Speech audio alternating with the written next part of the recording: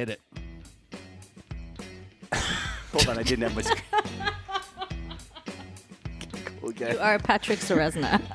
No, I didn't have Put the all this script in, up. I Lena. did not know Start how it to from say right the there, date. Lena. Okay. The whole thing. Hit it. All right. It's Friday, February 4th, 2022, episode 167. I'm Patrick Ceresna. And I'm Kevin Muir. Market Huddle favorite Lyn Alden is back on the show. We have a terrific macro discussion about the precarious place the Fed finds itself in, how you might want to position yourself in this environment, and what country is a coiled spring. Then we finally get back on schedule, and since it's the first week of the month, it's time for Kuppy's Corner. Our favorite hedge fund manager walks us through why he thinks the oil rise is just starting and gives us a new name in a sector that he thinks is just too cheap. After Kuppy, the show takes a dramatic downturn in terms of content as Patrick pulls out his crayon box to update us in talking charts. And then we end with our segments of no stupid questions and skin in the game. And folks, we might even drink some beers along the way. So stick around. We got a great show. Lena, hop on. What beer are we drinking this week? So this week we are drinking Flying Monkeys Craft Breweries. The Mutants Are Revolting. Crushable IPA. I believe we might have had this before. And my problem is I didn't get the memo, and it was not in the fridge, so it's warm. Oh, no. I'm like a trooper, though. I'm going for it. Yeah. No, but Lena, we had Flying Monkeys before, but we didn't have this one. This is a new It's a different one. It. Okay, so they all look psychedelic on the can, so. Yeah. Do you know, maybe IPAs are better like lukewarm. Oh my God. Are you liking it? Okay, we're going to talk about this after. But let me just read something about the beer here. Chaos breeds opportunity. From the depths of the fermenters arise hot mutant columns of pure alpha acids. We've all seen it before. Alligators of enormous size in the sewers, little turtles who grew to talk and fight crime, cannibalistic humanoid underground dwellers, and now hot mutants from the barrage of IPAs that coat our lives. They've come. The norm is not just weird, it's mutated. That's when you do a little too much LSD before you make your beer. Okay. Let me wait. Actually, hold on. Merch store. Yes. Is there a plug for this? Well, for some of you who forgot that Valentine's is coming up, you can also give your significant other Lord of Crayons merch. If you want to be in the doghouse. Or Palentine's, for those of you that may be solo this year, you can get yourself some Market Huddle merch. What does this mean? I've never even heard this. Palentine's, like as in like your. Well, they have Galentines, Palentines. It's not just for people that are hitched. It's for people that are I'm single, but I'm gonna get my girlfriend a gift for Valentine's Day so she's not lonely. So it's Galentines. If it's a friend, then it's a Palentine's. So like when you go buy your slate gray sports car that you've always wanted, you just. It's my Palentine. That's right. Okay, let me do the side effects. Nothing in this podcast should be viewed as investment advice. Listeners should consult an investment professional before making any decisions regarding topics mentioned in the show. Side effects of too much huddle may include policy pronouncement paranoia, adjustable rate virus variants, and then Canuck truck congestion. From Dan in Virginia. Thank you very much, Dan. We appreciate it. All right. Let's get to the first interview. It's our great pleasure to welcome back to the show a guest that I always look forward to chatting with, Lyn Alden. Thanks for having me back. It's great to have you, and I know I always learn a lot, and you included a little bit of a slide deck here, so why don't we just jump right into it? The first slide you have is called the Fed's Dilemma. What are you trying to show there, and what's kind of the message of this slide? Well, basically, central banks, including the Fed, have a really tough time on their hands because their dual mandates are somewhat conflicting. And so, for example, if we look at inflation levels, right? So in the United States, official CPI is over 7%, while rates are still at 0. And so that's the chart on the left there showing that difference between policy rate and inflation. And they're the furthest behind the curve as they've ever been since 1951, right? Whoa. So they're just completely behind the curve on inflation. And so they can be seen as not managing their price stability mandate. On the other hand, so now they're forced to try to catch up, right? So now they're trying to talk about rate hikes, they're talking about ending quantitative easing, talking about doing quantitative tightening. And the challenge is that by many ways of measuring it, the economy is already softening. So PMIs are rolling over, that doesn't necessarily mean a recession or anything like that, but it just means a softer period for the economy. And so basically, instead of being kind of a counter-cyclical force, they're forced to be like a pro-cyclical force. And so they have that dilemma on their hands, and I think they're basically going to try to tighten as far as they can until they start getting kind of more market signals, like from credit markets or things like that they can't. But basically, it's a challenging time for most risk assets, other than ones that I think directly benefit from inflation. One of the things that I've noticed is that we probably should be separating the outlook for the economy with the outlook for financial asset prices. Would you agree? I think so. So I'm more bullish on the economy this decade than the major indices, at least for risk assets. They're somewhat tied together in the sense. So, for example, right now wages, we have kind of multi-decade high growth rates for wages, and yet those growth rates are still below the inflation rate. And so, if you look at measures of consumer sentiment, they're actually really low. Yeah, And it's and so we actually have this. it's oh sorry, and I didn't mean to interrupt. Isn't it shocking how low? Would you have expected that? And do you think it has maybe more to do with the coronavirus than it does about inflation? I think that's part of it. I think that's certainly a factor. But we also see, I mean, like for example, in PayPal had kind of a local crash because they came out with like an uninspiring earnings release, and they were talking about how many of their lower income customers are having less payment volume, and so there are aspects of the economy softening, but it's still very much a laborer's market, right? Because there's still labor shortages. The economy is running hot by many ways of measuring it. I'm still structurally bullish on energy, especially in a global sense. And so right now we have this kind of during COVID there were these weird kind of divergences where some people were suffering and other people were doing great. And in many ways, those kind of flip flopped. So now, corporations are running into some margin pressure. Risk assets are not doing great. Wages are going up quite a bit, but there's still all these dispersions throughout the market. All these kind of very different divergences happening, and it's a tough thing for policymakers to try to tighten into. Right. And do you think that they're going to be able to get as many hikes in as the market believes, or what's your idea about where the terminal rate should actually be for this cycle? So I'm taking probably the under on. So I don't have a specific outlook on exactly how many hikes they're going to get. Yeah. I think generally I'm going to take under on it. So my overall view is that they're going to be able to tighten, but they're not going to be able to normalize, meaning that they're not going to be able to get to structurally positive real rates, but that they are, of course, going to directionally tighten as much as they can until something in the market breaks, whether it's treasury market getting a liquid or credit markets, getting haywire like they did in say late 2018. I think they're going to push through a lot of types of pressure as far as they can. Eh, And so I don't know how high they're going to get, but I think they're going to be behind the curve of inflation for a while. But do you think that they're going to cause the economy to roll over? Like we're just talking about this, the PMIs are already showing signs of rolling over. We have confidence at a low, and if you think about it, they're about to go and enter into the tightening phase with all of these, people feeling already worried enough about their outlook. Like how is how is raising rates going to make anyone feel better about their economy?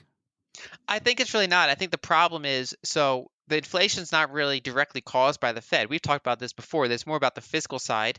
It's also about supply chain issues.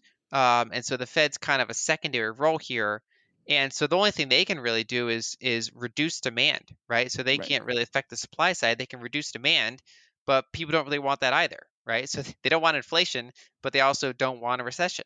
And so I think if you started to see more severe signs of economic contraction, I think the Fed would probably step off the tightening path, but I think we're still away from that. I think that right now, with inflation running at 7% and it becoming a political issue, I think then and unemployment officially is like 4%.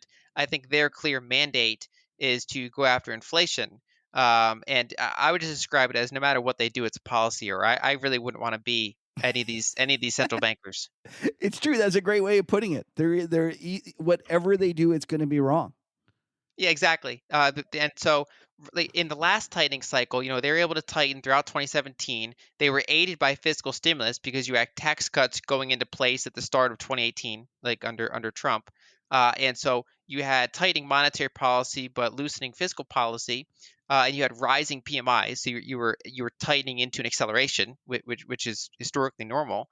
And it was only in late 2018 when PMIs were rolling over and there was no more fiscal on the horizon, and the fact that they kept trying to tighten, eventually the market, kind of forced them to stop with the credit market freezing and kind of risk assets encountering turbulence. And the challenge now is they're just starting at that same point. They're just starting when PMIs are rolling over and when fiscal seemingly is drying up. And so, yeah, I really wouldn't want to be Jerome Powell, and then I especially wouldn't want to be the head of the ECB.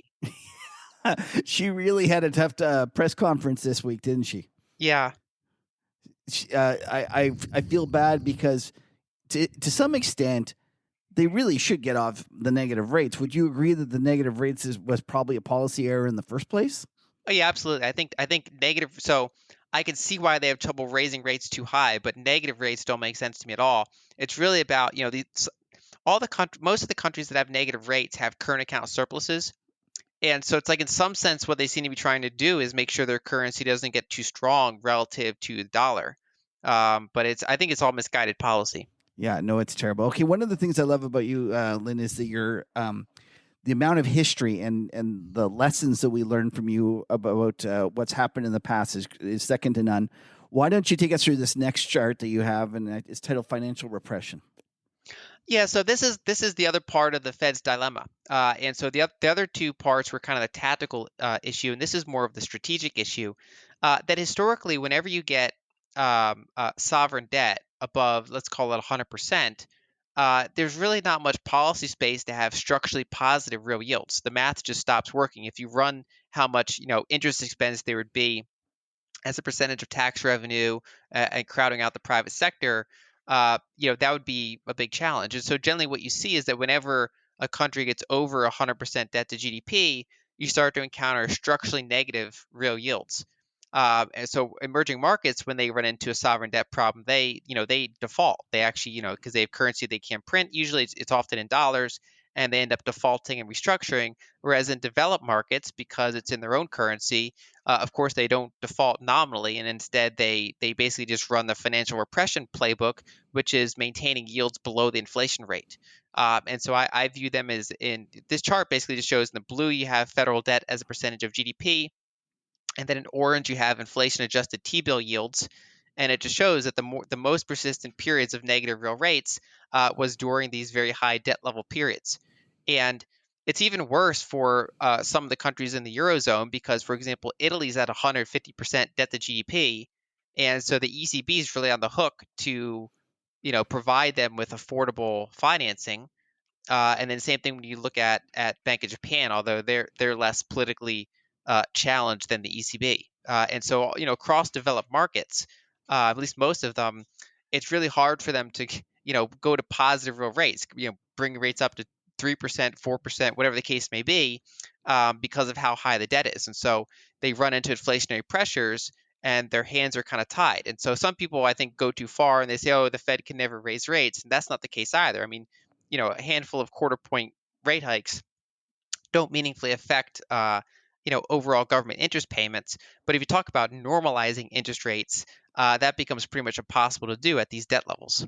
Now, one of the things that I'm scared about in this last week is that we're seeing the real yield, especially at the long end, starting to rise. And to me, the real yield is kind of the linchpin of the valuation of most of financial asset prices. Would you agree? And is that kind of one of the things that worries you? Well, I think that, yeah, that's part of why I have a somewhat risk-off view for this year, because to the extent that the Fed continues to try to tighten policy, that is challenging for many types of risk assets. Now, some assets seem to be seeing through it well. So, for example, the gold market is holding up surprisingly well given the rise in real yields. I think they're looking through that tactical issue, and I think they're looking at this longer term big picture view of kind of the inability to normalize.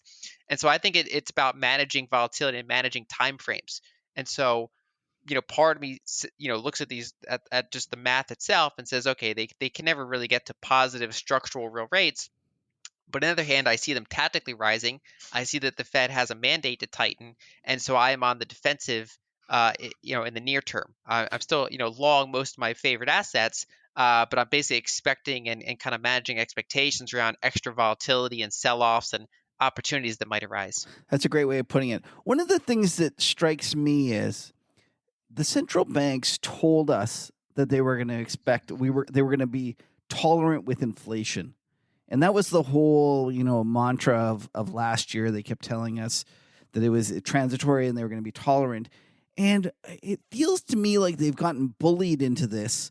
And it really ends up being more of a political thing because, as you point out, the way to fix the problem of the too much debt, we're not going to default on it. So therefore, the only real way out of it, let's face it, we're not going to grow out of it, is to inflate our way out of it. So aren't we achieving what we wanted to achieve? And I think it's kind of funny that we're now panicking because this is all along what they wanted. Well, I think it's basically what they had to do, but it's also, like we said before, it's a policy error every way. There's no, pretty much everybody's angry at you regardless of what you do in this position. And so, the IMF had a paper, I think it was 2015 or so, called "The Liquidation of Government Debt," and they went through the whole history of the 1940s and how they dealt with super high sovereign debt levels, during and after World War II. And they had to do these policies. They had to hold rates, super low despite inflation. They had to, the central banks had to monetize part of the debt. They had to use capital controls and other ways they called it a captive audience, basically making pools of capital own bonds, even if they lost purchasing power. And it's, now they have to go through the same thing in the era of social media and the internet, right? So they have to run this inflation playbook and this financial repression playbook, while we can all meme about it, right? So everything is harder because everything is faster now. And, whenever you have food and energy prices going up quickly, the public generally gets very upset about that. That's basically these expenses that they don't really have much of a choice over. And so, especially throughout emerging markets, if you have these big spikes, you generally that's where you're prone to revolutions or just, different levels of social unrest.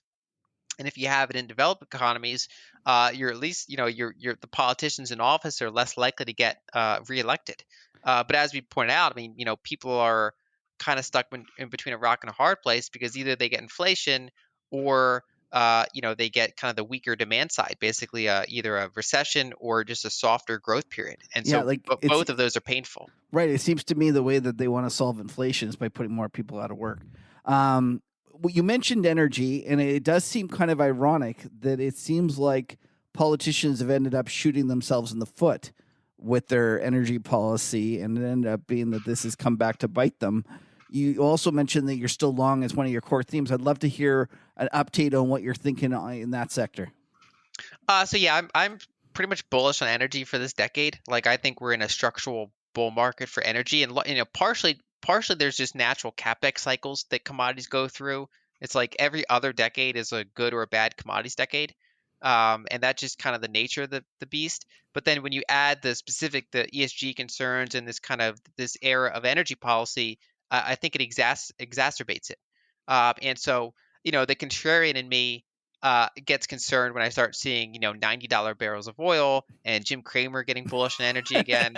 I kind of expect, I expect corrections within a bullish trend. And so I'm not selling my oil stocks, but I'm kind of managing expectations around them. I also think that the pipelines are still cheap because, they didn't rally as much as the producers. And I think it's clear we're going to have pretty high volumes structurally for, a period of time. Many of their valuations are very reasonable. So I think they're just going to grind around and pay high yields. And so I think there are multiple ways to play the energy space. And I think that, even though we will encounter softer periods, it's just, I'm just structurally bullish on energy. Okay, so let's go to this next chart. You said the long-term debt cycle update. What is this one signifying? This is what we just talked about. Basically, it's the super long-term debt to GDP chart, and I this one. So on the left hand side, I have That's the U.S. And the orange line is mostly private debt, so it's all the non-federal debt, and then the blue line's the federal debt. Okay. And it shows that we're kind of going through this kind of an echo of what we went through in the 30s and 40s. So in the 30s, you had the popping of a private debt bubble. That's a very disinflationary period, right? Because you're destroying credit, you're destroying types of money essentially, Right. and you had rising populism, and then that in many ways led to the wars that happened. And then of course the wars triggered these large fiscal stimulus that caused a rapid growth in money supply and inflation, and they had to do yield curve control, hold rates low, financial repression. And then what we saw so far is like an echo of that. So we had, private debt bubble peak around 2008. We had this kind of disinflationary decade. Kind of oversupply of commodities, rising populism again. And then, when COVID came along, it was kind of like wartime finance all over again, where we had very large fiscal stimulus, rapid increase in the money supply, the biggest inflation spike in decades. And so we're kind of going through the same playbook as the 40s, but just obviously, we have better technology. We're not in a kinetic war of any sort, and so we're kind of going through, I think, this more inflationary and financial repression scenario, and it's more challenging because it's all happening in the era of social media and internet, and all the numbers are transparent and update quicker. People didn't necessarily know day to day what was happening in the 40s, but now all that information updates very quickly. And back then they also had capital controls, and now it's just everything is going through this cycle faster. One of the interesting things about this is that the private debt in what was that, 29 probably was the high. My eyes, I'm too old, Lynn, to see this properly. Hit 200, almost 250%, 225, let's say. And then it declined to under 100%. And that was really painful. And as you described, that was debt contraction, which was terrible. And then in the 2008, we ended up popping the private debt bubble, but this time it was from a much higher level. We popped from 300 and we went down to 250. My question to you is, from 1945 until 2008, private debt basically kept going, expanding. One of the things that people will say now is that we can't have private debt go up because we're starting from such a high level. Do you buy that argument, or do you think that it's going to look just like the 40s and the 45 onward, where you're going to have private debt expanding again, even though we're starting from a much higher level? So I don't think it's going to go back up to where it was in 2008, at least anytime soon. But I also don't think it's going to dip below 100%. And one of the kind of the unintuitive things when you look back at that period where it spiked all the way, over 200% and then dropped below 100%, part of that was the debt itself, but the other part was the denominator, GDP. And so, for example, private debt only went down by like 20% in absolute terms, and instead it kind of, it partially deleveraged, and then after they devalued the dollar relative to gold, so that peak was actually the really early 30s, and it's because you had GDP going down, and so the debt to GDP was going up, even though debt itself was kind of flatlining, and then they had the dollar devaluation, which helped recapitalize the banking system, and then you started to get a recovery, you started to get an ongoing deleveraging, and then in the 40s, debt as a percentage of GDP kept falling, and it's largely because nominal GDP was going up so quickly because you had such high inflation. Okay. And so, I think going forward, the absolute debt level will continue to grow, but I think nominal GDP, because of a significant inflation component, will also be growing as well. And so I think that I would expect maybe flat to down in terms of the private debt portion.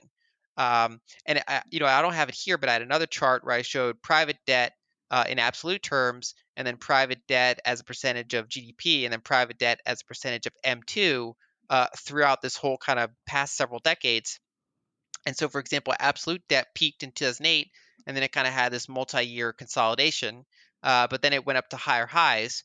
Whereas private debt as a percentage of GDP, or M2, went structurally down, and it's because we increased the denominator. Right. So I kind of view it like that playing out. No, that's a fascinating way to look at it. I never thought about it. I didn't realize that was such an important part of it. We should almost be looking at it as against real GDP as opposed to nominal GDP.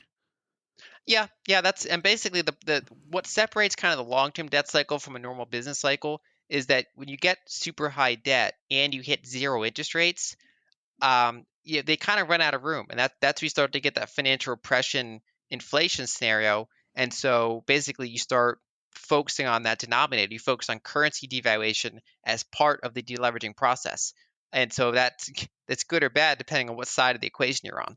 Um, Speaking of that financial repression, let's just imagine that we get in the next little while a situation where the long end starts to really come unglued. Do you foresee them doing anything about it? Meaning, if we had a situation where let's say 10-year real rates went from minus, what are we now, 100 basis points? I can't remember, but it went to a positive 100 basis points. Would you foresee them as understanding that is their end goal, or would they just not worry about the long end and just worry about keeping that front end as low as possible? So I think that by keeping the short end very low, it does put kind of downward pressure on the long end because eventually that gap gets wide enough that there are a number of participants that want to buy the long end. Yeah. Because if they perceive themselves as being in a long-term financial repression scenario, they'd rather get some yield than no yield. And so I think that they're hoping that the market's going to somewhat self-regulate how steep the yield curve would get in that scenario.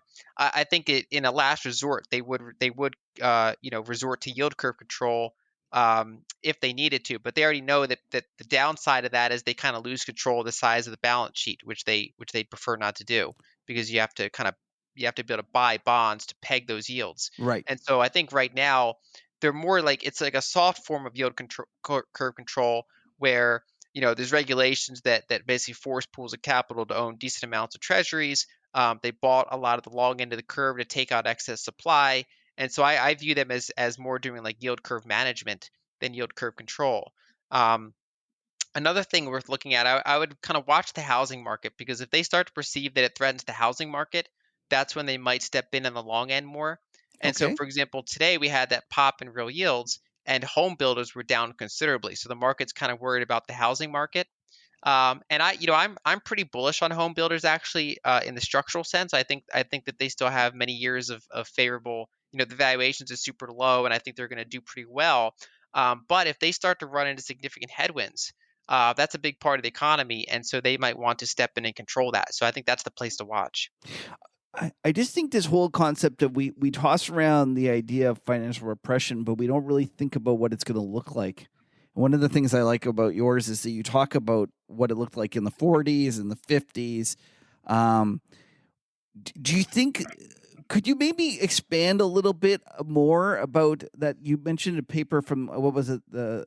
It was 5 years ago, and you talked about Yeah, the IMF. Yeah. the IMF paper. Why don't you just expand a little bit more about it and talk about how they achieved that and what it looked like in the past? Because I think that there's a lot to be learned from it. Sure. So yeah, the biggest thing they did was they simply held short end rates low, near zero, even though inflation in the United States, inflation averaged 6% roughly throughout the 10 years of the 1940s and into the early 50s. And so you had persistent negative real yields. It actually spiked as high as 19% year over year, and they still held rates at zero when that happened. There was no Um, Twitter with nobody yelling about money. The printer goes brr. Exactly. Yeah, they were free of memes. Basically, you had less independence between the Fed and the Treasury. Basically, the central bank becomes captured by the Treasury in that scenario, more or less, where it's kind of national interest to help win the war and help kind of keep rates affordable. And so that was kind of that patriotic kind of they have to environment. There's also other tools like they basically did quantitative easing. The term wasn't invented yet. That was invented in the 90s. But basically, if you look at the Fed's holding of treasuries, they increased their treasury holdings by tenfold between, I think, 1942 and 1945. And the challenging thing for them is that the market would respond. So they had to rotate their duration pretty major. So, for example, early on, they bought a lot of long duration bonds because super high inflation. Nobody wanted to hold the long end. The Fed did yield curve control, so they bought a ton of it. But once the market saw that the Fed's commitment to this was credible, and that yields were not going to be allowed to rise, so they pegged the long end of the curve at 2.5%. They pegged the short end of the curve at near zero.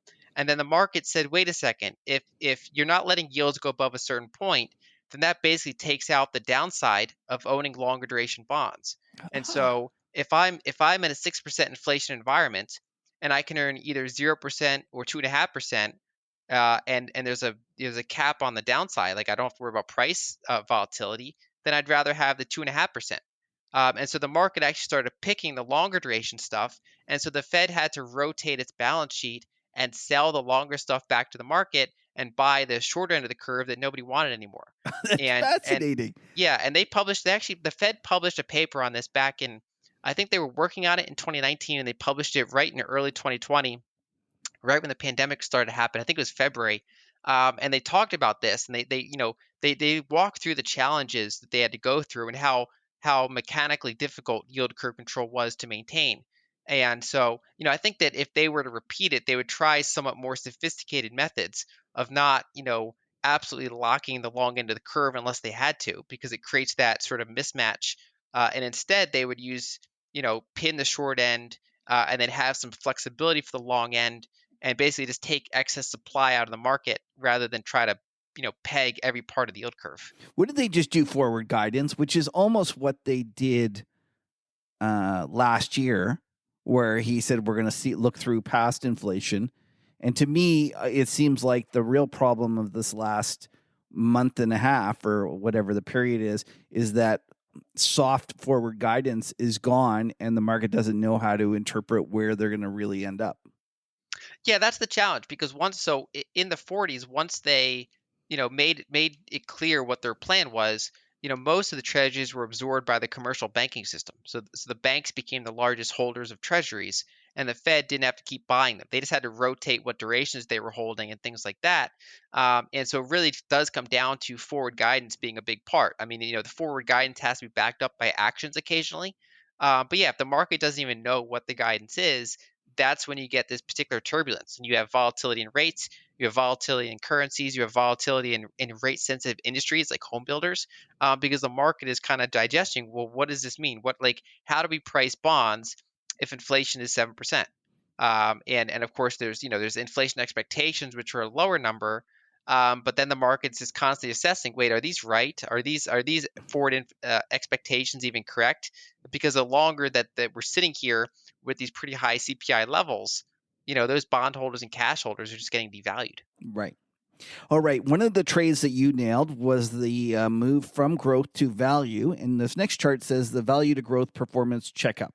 Let's talk a bit about that, because I know that I've been surprised. I've looked at some of the charts thinking to myself, oh, geez, with this collapse in growth and this monster rally in value, we must have gone and we must be at new highs. And I've been shocked that we're not as high as I thought we was going to be. Yeah, the whole growth to value trade is still seems to be in its kind of early phases, assuming this thing has legs. And what's interesting is, so far in every kind of inflationary environment, you generally get value outperformance. And so in the 2000s decade, that was even though we didn't really have super high CPI, that was a commodity heavy decade. That was a very value, banks, home builders, commodities. That was a value decade. In the 70s, you had value outperformance. And in the 40s, even though you had yield curve control in that inflation environment, you still had value outperformance. And so value performance seems to be just very, very strongly tied to these more inflationary types of decades. And so because I expect the 2020s to be more inflationary on average than the 2010s, I expect, at least better performance out of value than we saw last decade. And there's obviously the energy producers, I think, are a big part of that. I'm kind of lukewarm on the banks. I think that there are a number of attractive healthcare stocks and other types of value that are just trading at super low valuations. And when you're kind of concerned about interest rate fluctuations, these lower value companies that pay high yields are reasonably attractive. And so right now, I think that there's still room to go on the value side, And so even though there's all this talk about growth through value rotation, if you look at these actual, performance gaps, although it's been a lot, a big change for a short period of time, it's not been big in the grand scheme of things. And, a lot of it was some of the smaller ones, like the ARC stocks sold off a ton, and some of the energy stocks did very well. But a lot of the big FANG companies, until very recently, they just kept grinding up with low volatility. Right. Now that might be starting to change, but really a lot of the capital's still in those growth sectors. So that's something I'm watching. I'd love to talk a little bit more about the different parts of value. And you mentioned that you don't like banks. I'd love to hear why. Let's start there. So I'm lukewarm on banks, and it's partially because I don't know exactly what the yield curve is going to do. So on one hand, we have owning banks in a declining PMI environment is generally not the best trade. But the valuations are reasonable, and I do think that we're going to be in a more inflationary environment. And I am seeing signs that bank lending is picking up compared to, during the pandemic, and also just I think bank lending could be more robust this decade than last decade because we're not going through a gigantic private sector deleveraging. And I don't think that's going to be basically politically allowed in some ways. It's just not tenable. And so I'm not bearish on the banks. I just don't like banks as much as energy. And so I kind of have, there's cyclical value and there's defensive value. Okay. And so in this year of the Fed trying to tighten into declining PMIs, I'm kind of leaning towards defensive value with the exception of energy. I still like that. But over the longer term, I like both defensive value and cyclical value. Okay, so could we talk a little bit about others examples of defensive value? So my preferred area for that is healthcare, because the other one would be utilities. And I don't love the valuations on utilities at the current time. I think there are better opportunities, but basically defensive value would be consumer staples, utilities, and healthcare, more or less. So I think that the tobacco companies, I don't like them personally, but I think that they're reasonably good investments at the current time. They're kind of a defensive value category. And I think that, some of the healthcare stocks, so health insurers, as well as some of the pharmaceutical companies, I think are reasonably attractive. Some of them are trading at high single digit price to earnings, or very low double digit price to earnings, and some of them actually have higher expected EPS growth by consensus analyst expectations than Apple, for example, even though they're trading at like half the valuation in terms of earnings multiples. So I'm pretty favorable on healthcare at the current time, and it's kind of like I have that barbell between healthcare and energy for the value side. But I'm not really underweight financials either. They're kind of a neutral for me. Okay, that's great. Now this next chart, it says U.S. equity allocations, and I'm just curious, what are you showing here? So on the left there, I have in the blue line is real estate as a percentage of U.S. household assets. And then the red line is equities as a percentage of U.S. household assets. And so what that chart shows right now is that Americans have never had a higher percentage of their assets in equities as they do right now. They have the highest ever equity allocation they've had. Now, some of that's because of capital inflows, but another part of that is simply by, equities perform so well that through higher valuations, they just became a larger part of household balance sheets over time. And so the question we have to ask ourselves is where does the marginal buyer come from to keep kind of pushing indices higher? So right now, the world is historically overweight into U.S. equities. Americans are historically underweight foreign equities, and Americans are historically overweight equities as a percentage of other assets like real estate or cash and things like that. And so basically, we have to ask ourselves, where's the marginal buyer going to come from? And I just don't love the risk reward on the major U.S. equity indices over a multi-year period at these levels compared to other types of assets I could own. Oh, that's great. I was going to ask you about this because I know you and I were chatting before, and we were going through the fact that it's becoming more and more difficult to find cheap stocks in the U.S. in any sector.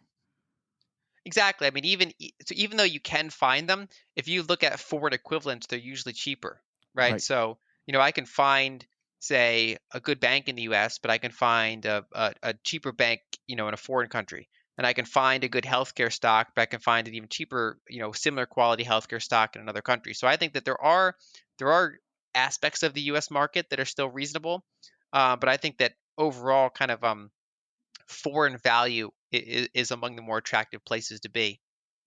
I think one of the problems is being that, not the problems. This is how I think we got here, was that the U.S., those top 8 names, those big, like the Fang M with Tesla, the performance just blew the doors off of anything else. And if you weren't long those, and if you weren't long U.S. equities, you underperformed. And so what we've had is probably a decade of people just piling into the U.S.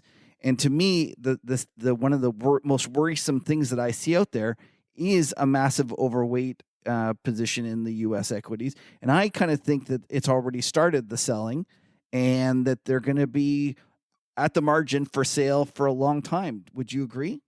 Yeah, that's my base case. And so, generally in disinflationary periods, growth equities do the best, and the S&P 500, as you pointed out, is where most of the growth was. Right. And so basically, super low interest rates are throughout the developed world, but a lot of that just props up their real estate markets. So in Europe, in Canada and Australia, a lot of capital goes into real estate, and for their equity allocations, they often go overseas to the United States.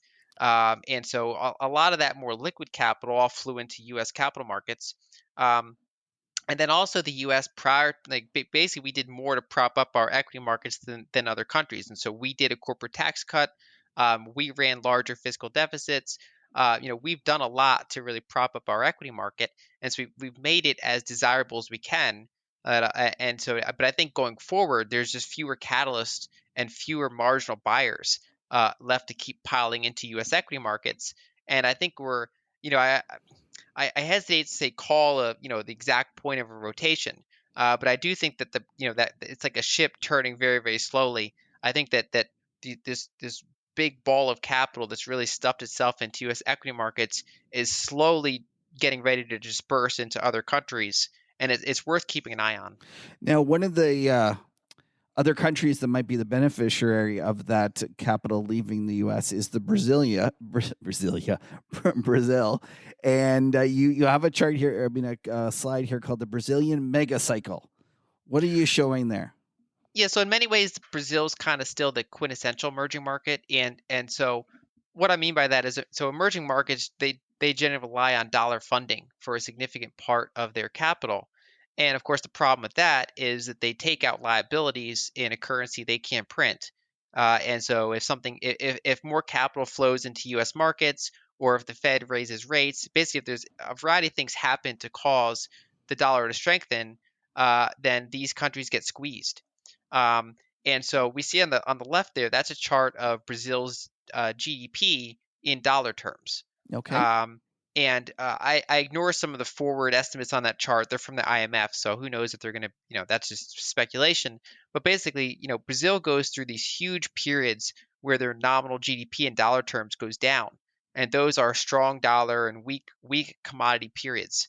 And so they can be essentially described as depressions. I mean, in many ways, Brazil's been in a decade-long depression, um, and basically with so much capital shoved into U.S. equity markets, I think we're near the kind of end of that cycle, where if capital starts, finding the Nasdaq to be a less desirable place to continue holding, and it starts looking elsewhere at other valuations and other opportunities, you can start having capital flow into some of the emerging markets, and then that becomes a self-reinforcing cycle because it can weaken the dollar and basically, take the boot off the throat of some of these companies that borrowed in dollars and sovereigns that borrowed in dollars, and allow for that kind of double whammy of, capital goes there, valuations go from low multiples to higher multiples, and the currency fundamentals improve, and they're able to strengthen their reserves, and you get that self-reinforcing cycle that can last upwards of a decade. Now, most people go out and they just buy Petrobras and Vale, but I see you have another name here. What is this? So this is one of Brazil's largest banks. Okay. Um, and so it just showed that during this whole decade of strong dollar, weak oil, stagnation of emerging markets, you've had this long consolidation in this bank. And I know one of your views that there's no such thing as a triple bottom, but basically we see this is the ADR. So in dollar terms, it had a triple bottom, and we're starting to see signs that it might be heading higher. That basically things are improving for this bank. What did you tell people the name of this one? Ital Unibanco. Okay, and the symbol is again I can't. The ADR is ITUB. Okay, there we go. And this is one of Brazil's biggest banks, is it? Like Yeah. This is the Citibank of Brazil almost. Yeah, basically. And one thing worth pointing out is, so the last time they had a gigantic bottom was that 2015-2016 period. And Brazil had a big inflation problem back then, and so their inflation was rising, and right when inflation started to peak and roll over, is when they were able to stop tightening their policy rate, and their equity market was able to find what became a pretty significant bottom, and they had a big rally, at least until COVID. And we're actually seeing similar signs of that happening again. So Brazil's inflation rate is showing signs of having, potentially peaked and rolled over. And so they might be able to, stop their policy tightening. I mean, they raised rates from, 2% to over 9% last year. And so that's been harmful for their equity market. It's just been a very tough time for them. And there's signs that squeeze might be coming to an end. And so if you start to get that capital rotation, and if their inflation does continue to let off, I think that Brazil is kind of a coiled spring. And I'd be careful with position sizes in any one emerging market. But I'm pretty favorable on Brazil and have been for a few weeks. That's great. That's a great thesis.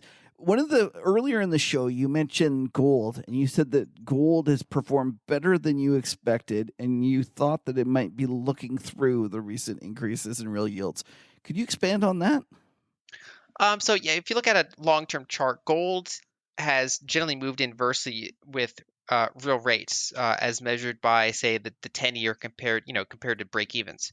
And lately, you've seen a sharp increase in real yields, still from a very low base, and gold just generally shrugged that off. And generally, a regime shift can happen when you start to see basically a market just shrug off bearish things, and kind of grind sideways or up anyway. Kind of like how when something turns from bullish to bearish, it starts ignoring good news. So Right. it doesn't go up on good news and it goes down on bad news. And gold seems to be showing signs of starting to maybe go up on good news and not really go down on bad news. And so I think there's decent sovereign buying, and so in the near term, we would expect that as the Fed tightens, that can be a rough environment for gold. But if they're tightening from how far behind they are in terms of inflation, gold can look through that and actually do pretty well. So, for example, throughout the 70s, the Fed was constantly trying to tighten, and gold, of course, did exceptionally well because the Fed was often behind the curve on inflation. And so, even though the Fed is just kind of ostensibly just starting a tightening cycle, I'm actually more bullish on gold than I maybe normally would be in that environment, because one, they're so far behind the curve. Two, when you have a declining PMI environment, you can have gold potentially hold up better than equities. And given kind of the challenge of bonds in this environment, I think larger pools of capital might start to find gold more desirable. You know what's interesting, Lyn, is that I've been doing some work, and I got a piece coming out that's going to talk about different asset classes around the first hike, the first Fed hike during the last 4 cycles. And when I went through and did them, I was shocked to find the one that was actually the most consistent in terms of performing best out of the first hike was gold. Yeah, actually, I heard the folks at Incrementum talk about the same thing. Oh, okay. They came to the same conclusion. I didn't realize that. I think so. Yeah, basically, the data. I haven't done that detailed analysis myself. I've more or less looked at say, the real rate comparison and some of the other indicators. But yeah, from what I've seen, that it is the case that gold does not necessarily do as badly as you expect in a rising initial rate hike environment. So I think it might be one of those things where the worry about higher rates is actually worse than the actual higher rates. Yeah, I think gold has been concerned about higher rates for the past year and a half, and now that they're actually maybe starting to happen, I think it's already priced in that sense. Now, one of the things that you were talking about inflation rolling over in Brazil. I'm curious to get your thoughts. Do you think it's rolling over in the U.S. as well? So I think we're a little bit later than Brazil, but my expectation is probably year-over-year CPI will peak by either the end of this quarter or the beginning of next quarter. That there's a caveat there. So if energy goes crazy, right? If oil goes to $120 a barrel, then that's off. But assuming energy stays, somewhat range bound, I think so. One is some of the base effects are wearing off, after February, and then two, if you look at, a part that's still driving that up is the housing inflation. So owner's equivalent rent, and that's a big part of the CPI basket. And homes already went up a ton and then generally peaked, at least for the moment. And rents also went up a lot and then peaked. And the CPI versions of those are kind of coming in with a lag. And so I think in a couple quarters that those components will have kind of caught up. And then as you get less fiscal stimulus, and as money supply is not growing as quickly as it was last year, I think that we could roll over in CPI, even though I still think we're going to be elevated compared to, say, the Fed's target rate. Well, that's fascinating. So, Lyn, last time we chatted, you were off to Egypt. I was just wondering if you could tell us how it was and whether you enjoyed yourself. You were visiting family, if I remember correctly. Yeah, I spent a month there visiting family and friends, and I go somewhat regularly, and it's definitely a great a great place to go. I mean, I like the suburbs and the coast more so than say Cairo, but that's in general. I generally prefer some of those areas compared to cities. You're quite a woman of the world. You're in Egypt, and then Patrick was telling me you're in Houston. Yeah, we went to the Rebel Capitalist Live, so I got to see Patrick there. And the whole crew. I can only imagine what those nights out are. Do you go out with all the kind of the degenerates that stay out all night, or are you one of those ones that more subdued and go home at a reasonable hour? Oh yeah, I usually am more subdued. I mean, I network to some extent, but yeah, I prefer not to stay out super late. I'm with you. I can't do it. I don't know. And I my partner there, Patrick, he's the worst. He literally, I tell the story. We were in Chicago and we were speaking together, and we were out at a bar, and it's like 1:00 in the morning. And finally, I get him home, and we get home, and he says, "Let's keep drinking," and we're actually gonna speak at 8:00, and the guy still wants to go at 1 a.m. He still wants to keep drinking. So I don't know how these people do it. They're in another league. Lyn, why don't you tell people about your service, your great service, where they can find it, and how it all works? Yes, I'm at lynalden.com, and I have a free newsletter people can sign up to that goes, it's like a long form thing that comes out every 6 weeks. And then also I have a low cost service that comes out every 2 weeks and provides, more updates. And so, for example, 2 weeks ago, I had some of the, deeper dive on Brazil as an example. And so I kind of just update on macro and then also go into individual investment opportunities, whether it's gold, whether it's a specific stock, whether it's Bitcoin, whether, all these different asset classes. I try to look at whatever's interesting at the current time. I think, Lyn, you came on our show, what was it, a couple of years ago? It was a while ago. I remember it, and I signed up, and I've been a super happy subscriber ever since, and I highly recommend everyone else check it out as well. I appreciate that. They should also check out Macro Tourist.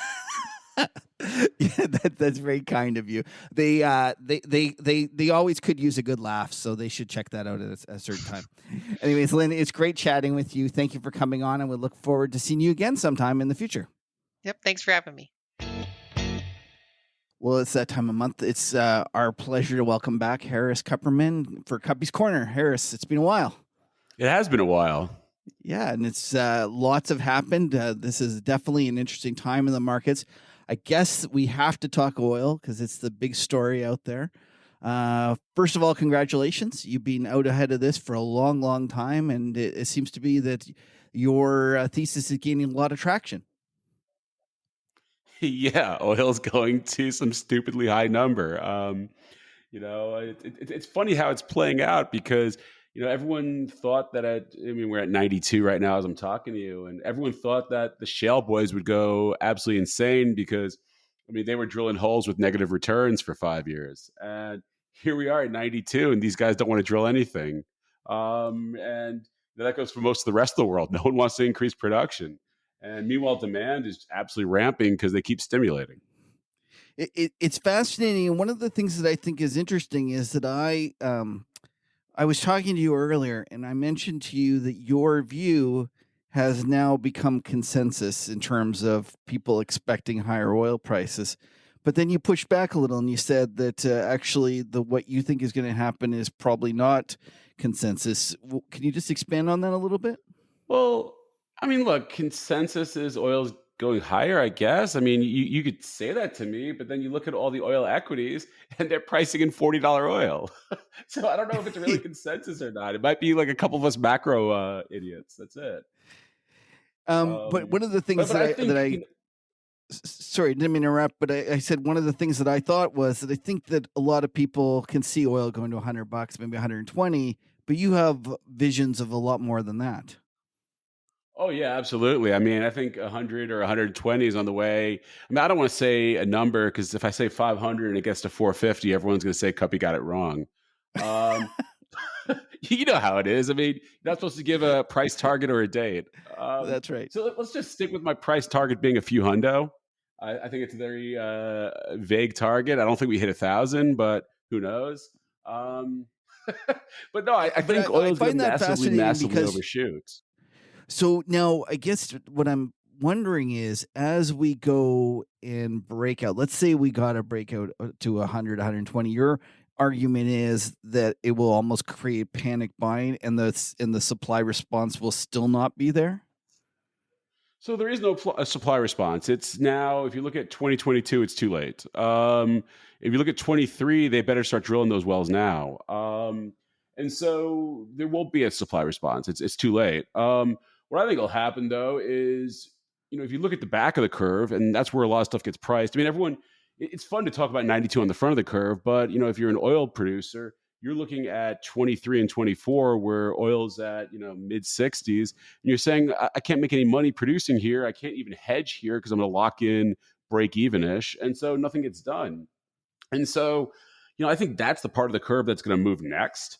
But I also think, you're looking at guys like aviation and, transportation. These guys always have big hedge books. They're not long oil contracts because their chief economist says that they're just going to flood the world at $50 oil with the shale guys will. So these guys are what's going to set the move off as they all of a sudden panic into futures in the back months. And they just stampede the whole thing. I think, spec length is pretty washed out. Everyone freaked out about Omicron. We had a little flash crash and then spec length is out. I think you're going to have a lot of people that start panicking. And, when oil is going up 50 cents a day, no one really notices. When it starts doing, we did 2 today, we did 2 yesterday. When it starts moving in 2s and it starts going in 5s, it's going to hit an air pocket up there. And then there's a lot of guys like me with these call options. And I think you're going to see, quite a lot of convexity and, gamma squeeze as everyone just starts chasing after it. And no, I think it's going to explode higher. I don't know, exactly the timing on this, but the way I think about it is that there's 1 billion people with a first world standard of living using a whole lot of energy, and there's 6 billion people that want to catch up to us, and they're all on their S curves. And you can always joke at that. They're I'm driving an SUV and they've got a moped or scooter or whatever, and that scooter maybe only gets filled up once a month, and it takes like 1.5 gallons. But there's 6 billion people that want a scooter, and then they're going to trade up from a scooter to something a little bigger, and their energy intensity is just going to absolutely explode. And they're not really that price sensitive. If it's $4 a gallon or $8 a gallon, once you spent $1,000 on a scooter, who cares? That's a lot better than riding a donkey to work. And I just think it's just going to keep going. And I think people just really don't understand what's happening on the demand side. We all focus on the supply side where absolutely nothing's happening.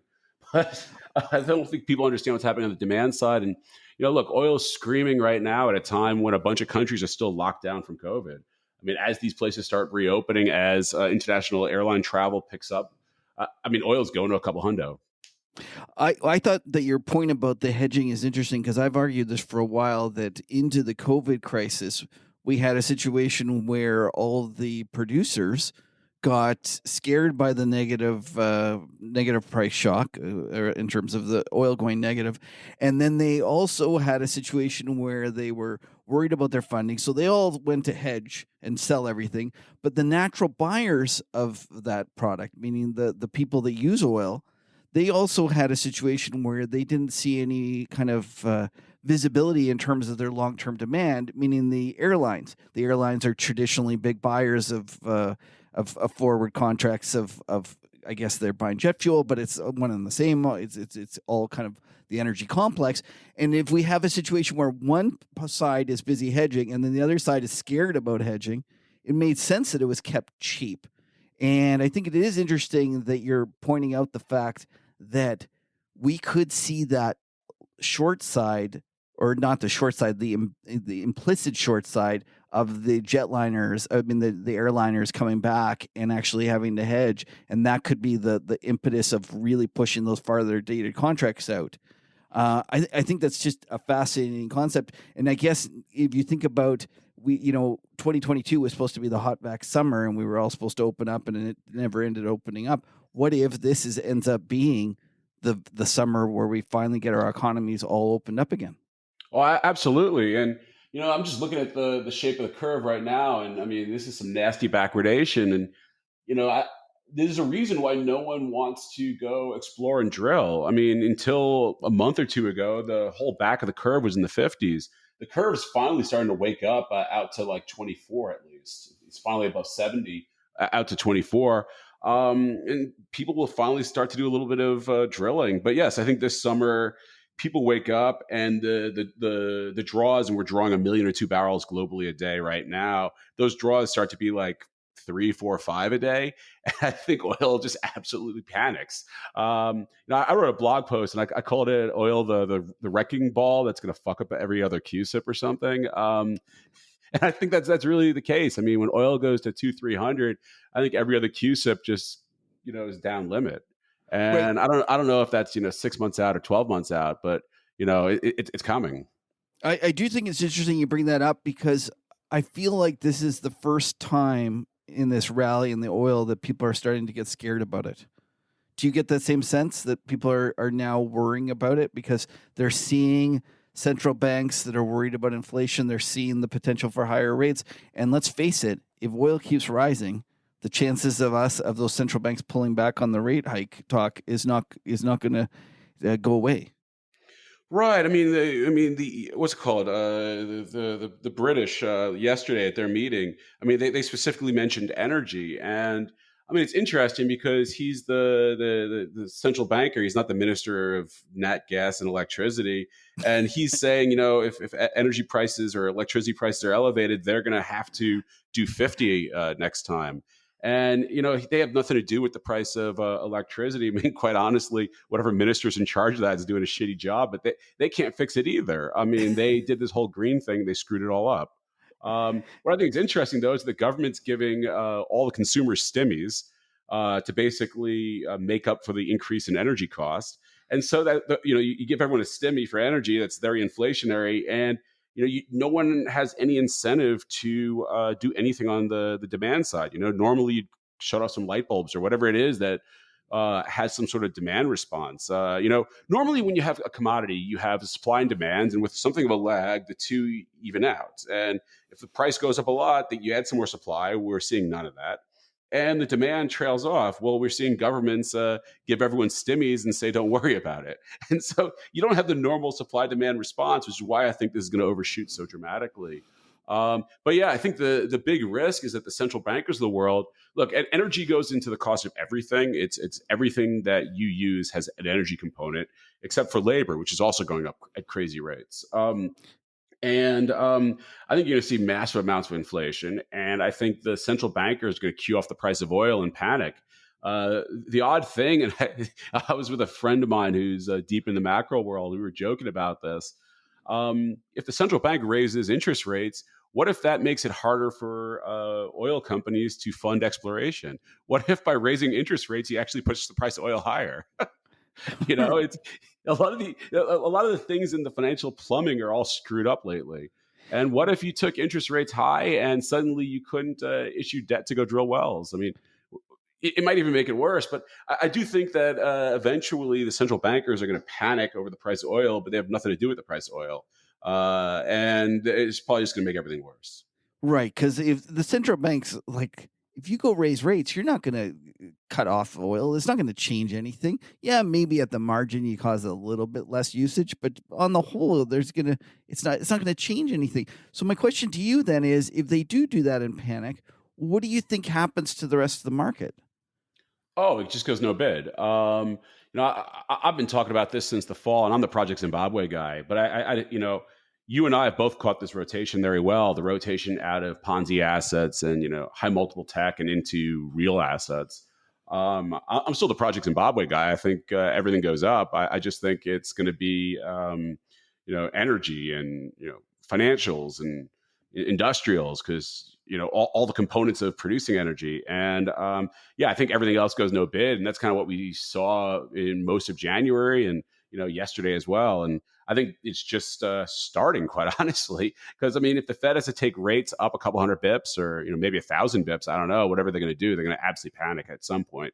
They're going to be behind the curve for a very long time. And then, because the Fed is very political, eventually congressmen will start calling them and saying, why the price of tomatoes up, and the Fed will panic and it'll crush everything. But they'll be behind the curve for a long way of the way, much like in the 70s, they were behind the curve for a decade. This isn't like an imminent thing, but rates are going to go higher, and anything rate sensitive is going to absolutely collapse. And that's high multiple tech. I mean, it's funny. I'm looking at some of these SaaS stocks, they're down by half, and thinking, should I even pay attention? And it's just crazy. These things are like 100 times earnings, and they're not even really growing very fast anymore. And I mean, they could drop another 90% and still probably not be cheap. I think people just got way out over their skis in terms of what they think these things were worth. Yeah, like let's take Facebook, for example, the world's largest single decline in terms of loss of market cap that we've ever seen on a single stock. And it just shows you how mispriced and how out to lunch they were in terms of this. My question to you is, do you think that you see this in the rest of the big eight, like the other seven? Do they shoot them the same way eventually? Well, they already shot Netflix. That's true. You're right. So we're down to 6. Okay. Apple trades at 60 times earnings. I don't know if they're going to meet. They're supposed to do, it's 30 times earnings. It's supposed to do like $6 a share. I don't know. I mean, who needs the next iPhone? I mean, they're hitting the numbers, but maybe not. I just think who needs the Apple stock in terms of buying these things? Because to me, they're just fraught with so much risk. Like, why bother? I can see a lot of these guys missing badly. And yeah, who needs to own it? I mean, look, everyone was telling me yesterday, oh, Facebook, it's so cheap. They have so much cash, a big buyback. I mean, Facebook is, it's like a reasonable earnings multiple for a large cap company. Well, what if Facebook stops growing? What if it's actually a shrinking business now? No one's ever even contemplated the fact that, I mean, who's the incremental user of Facebook? My mom already has an account. Like, yeah. What if people stop using it as much? I mean, it could actually comp negative. I mean, what's the right multiple on a business comping -5 each year? And especially when they're spending a fortune on techies and SG&A and stuff, you can see real margin squeeze. I don't know. I think a lot of these companies are in real trouble because in the end, a lot of the advertising on Facebook is just a bunch of like Ponzi assets trying to get eyeballs and trying to sell products so they can do an IPO. You got these VC guys with CPG products, and they just blast money all over all these ad tech platforms so they can show growth, so they can get into a SPAC, and that game's kind of done. So then you don't need to, spend all this money on advertising. I can see a lot of things changed quite dramatically here. But let's not get into the weeds on that. Let's go back to oil because that's my passion. Okay. I think it's going to absolutely careen out of control. I think every episode we've done, I've said that the D25, the hundreds are the way to hedge your whole portfolio, because if Facebook blows up, it's only because those things go into the money. But I also think those things are 100 baggers. I mean, they were $2 when I first told you about them. They're like 6.5 bid right now. We talked about the the December 23s, the 90 by 100 call spread, those things were 65 cents. They're like 2.5 bid or whatever. I mean, those things I think are going to go out at $10. It's a 15 bagger, and you could do it with massive size. I mein, they were plugging me, a couple hundred at a time. I just kept refreshing. I mean, you could put up thousands of these things. I mean, I did. No, I think there's so many things you could do because I think tail risk, calls, call spreads, anything in energy, that no one's thinking above 200 here. And you could put on the 200 by 300 call spread. It probably costs you nothing. And Right. I just think people are just totally missing this. And I just think right tail optionality is the trade. It's been the trade for the past year, basically. It's the only thing I want to talk about. And I still think it's the best trade on the screen. While we're talking about oil in your nightmare scenario of it spiking that much, you were talking to a friend of yours recently about the possibility of the Fed panicking in a big way, and I'm nervous about this because I feel like I'm of two minds. I understand the argument that the Fed's behind and they're going to panic. At the same time, the market is pretty convinced that the Fed's going to raise, 200 basis points and it's all over. How do you reconcile that kind of dichotomy in your mind? I don't really know. I'm in your camp that they slow walk it. It's like the 1970s. You have, they're a couple hundred bips behind, the CPI, and the CPI's probably off by 1,000 bips. I mean, the CPI says we have 6% inflation. I mean, name me something that's up only 6% this year. I can't find you anything that's, only up 10% or 15%. Look, my used car is appreciating in value. Let's be realistic. I mean, I'm up 30% on my car. My car, I have a Jeep from 2014 Jeep. I'm up like 30% on my car. It's appreciated this year. Right. So the Fed's way behind, and they're going to stay way behind because it's the popular thing to do. I mean, in the end, the Fed works for the hedge funds. But at some point, it's political, and enough congressmen call up to complain about the price of oil or the price of cucumbers or whatever it is that their constituents are complaining about. And inflation always hits the people on the lower income side the hardest. And there's a lot of people that are going to struggle. I mean, there's a lot of people that are struggling. And when they start complaining, the congressmen start complaining, and the Fed's going to be forced to do something. And they can CPI adjust stuff all they want, and people can just kind of murmur that everything's going up.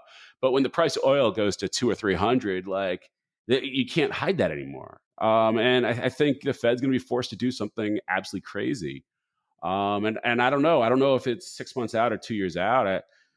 But I think the Fed's going to, I mean, if you look at the history of the Fed, they're always behind the curve. Then they get out in front of the curve a little, then the market crashes, and then they drop rates to zero. Like that, it's like a 3-step dance, and they do the same thing over and over because they really suck at their predictability. They kind of just get dragged along by the curve. And then, the politicians force their hand, they overshoot. So, yeah, I think they're going to lag. But I mean, if you told me that they came out with a 50 bips emergency hike on Monday, I would shrug my shoulders and say, yeah, they're still behind the curve. So they could do shock and awe. And we've seen this, like Brazil did 150 bips. I mean, it's Brazil, but I mean, they're at what, 11% now or something. Russia's done a couple really shocking ones. The UK is already talking about doing 50s. Like, I can see the Fed doing something crazy. And the funny thing is, while they do something crazy and maybe Apple drops by half, my oil is going to keep going up. Okay, Harris, obviously oil rising is going to cause a lot of pain in the interest rate market. One of the sectors that's already kind of discounting that is home building, yet you still see some value there. You want to kind of tell us the story? Yeah, I mean, look, I think everyone has this awful PTSD from 2008 and 9 where the housing sector just totally blew up and it wrecked people's careers. And look, there's some leverage in the system, there's debt. I just don't think interest rates going up 100 or 200 bips is going to matter to home building. In the end, you have huge demographic movements. People are leaving high tax states, going to low tax. They're leaving cities and they're going to suburbs. This trend's in motion. It's accelerating. It's going to stay in motion. And someone has to build the homes where these people go to. Just based on population, we're 5 million homes behind. Plus, the average house is aging. There's a huge amount of repair, remodel, rebuild. Um, and when you look at what the 30-year mortgage is going to do, yeah, it costs you a couple $100 a month extra, versus where it was 6 months ago. But at the same time, I mean, look at what's happening to wages. Middle class wages are just screaming. Like, people have money; they can afford a couple $100 a month. I mean, if anything, they can afford a lot more than that. And so, I've seen a lot of these home building stocks just totally get sold off. I mean, I'm super partial to Cornerstone. I think it trades at like 3 times cash flow here at $14. It's the biggest player in vinyl windows, siding, facade. You name it, they probably have a piece of it, and has really high. I mean, it's a 30% return on capital business. These are like software sort of returns on capital, and it trades at 3 times cash flow. Plus, it has huge tailwind. And that's symbol CNR. CNR, so yes. Just for those who want to follow at home, CNR. And then you have another new one that you've decided to kind of put into your stable of things to watch. Oh, yeah. I got some Builders First Source. Look, this. And what's the symbol BLDR. there? Okay. So they're going to do about. Tell us the story. They're going to do about $3 billion of cash flow in 2021. They're buying back 5% of the shares each quarter. The market cap's like $12 billion, so it's like 4 times cash flow. They're shrinking the share count by like 5% each quarter because they have no idea what to do with the cash. And there's a lot of volatility because they're very much tied to what happens to the price of lumber. That goes through their cash flow statement. And so when lumber's up, they do well. When lumber's down, they do less well. At a normalized $400 lumber price, it's like 6 times cash flow.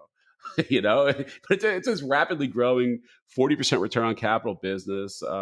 It distributes products like CNR's products, but they also make some of their own stuff. It's just a great, very dominant business. It's almost a duopoly in the U.S. at this point because they've bought up all the competitors. So there's plenty of regional competitors to buy as well. And I just think it's funny. All these housing stocks are down like, 5-10% today, like 30% in a month. And lumber's up limit because they're building too many houses and there's not enough lumber. Either the Wall Street guys are right or the guys in the real world are right. And I usually bet on the guys in the real world, and the guys in Wall Street just kind of have a model and the model doesn't work. And then finally, I'll give a shout out to my favorite, which is Joe. They just keep crushing it. They keep announcing new deals, new projects. It's the only place that I know of you could buy something at a quarter of net asset value and be pretty confident that net asset value grows about 15% a year. And so if you think net asset value is, let's call it 200, and it's a very abstract number. If I was off by a big number, I wouldn't be surprised. But let's just use 200 because I'm not good with math. And you assume that it's growing about 15% a year, you're basically making $30 a share of fair value accretion on a $45 stock. I mean, you're basically making 66% a year. And then every time they announce a project, they're adding a couple dollars a share to that number. So I really think I'm making a pretty negligible risk, 75 to 100% return on my money each year. And it's not reflected in the share count yet, but it will. These things always work that way. But anyway, that's my trip through housing. I have a couple others of these that I'm watching. But I just think the dichotomy between lumber up limit 3 days in a row and everyone dumping their housing stocks because of interest rates, one of them has to be right. Now, great stuff. Now, Harris, why don't you tell people about your product? And before you do, I just want to give a big shout out. I've had numerous people tell me that the Discord server, where your community gets together and talks about all these things, is one of the absolute best on Wall Street and a terrific source of information. So why don't you tell people where, if they're interested in getting involved in that, where they could find it? Sure, yeah. Go to kedm.com. We have a free trial. I recommend you take the free trial. It's a 4-week trial. We track 25 event-driven strategies. We're looking to add a few more, actually. A lot of the stocks, I've talked about have showed up in our scans. I also write 2-3 pages of commentary each week.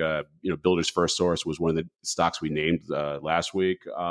We also have this Discord channel, which has actually, like you said, become this really valuable resource because you can post almost anything, and there's 5 guys there that know more about the topic than you do.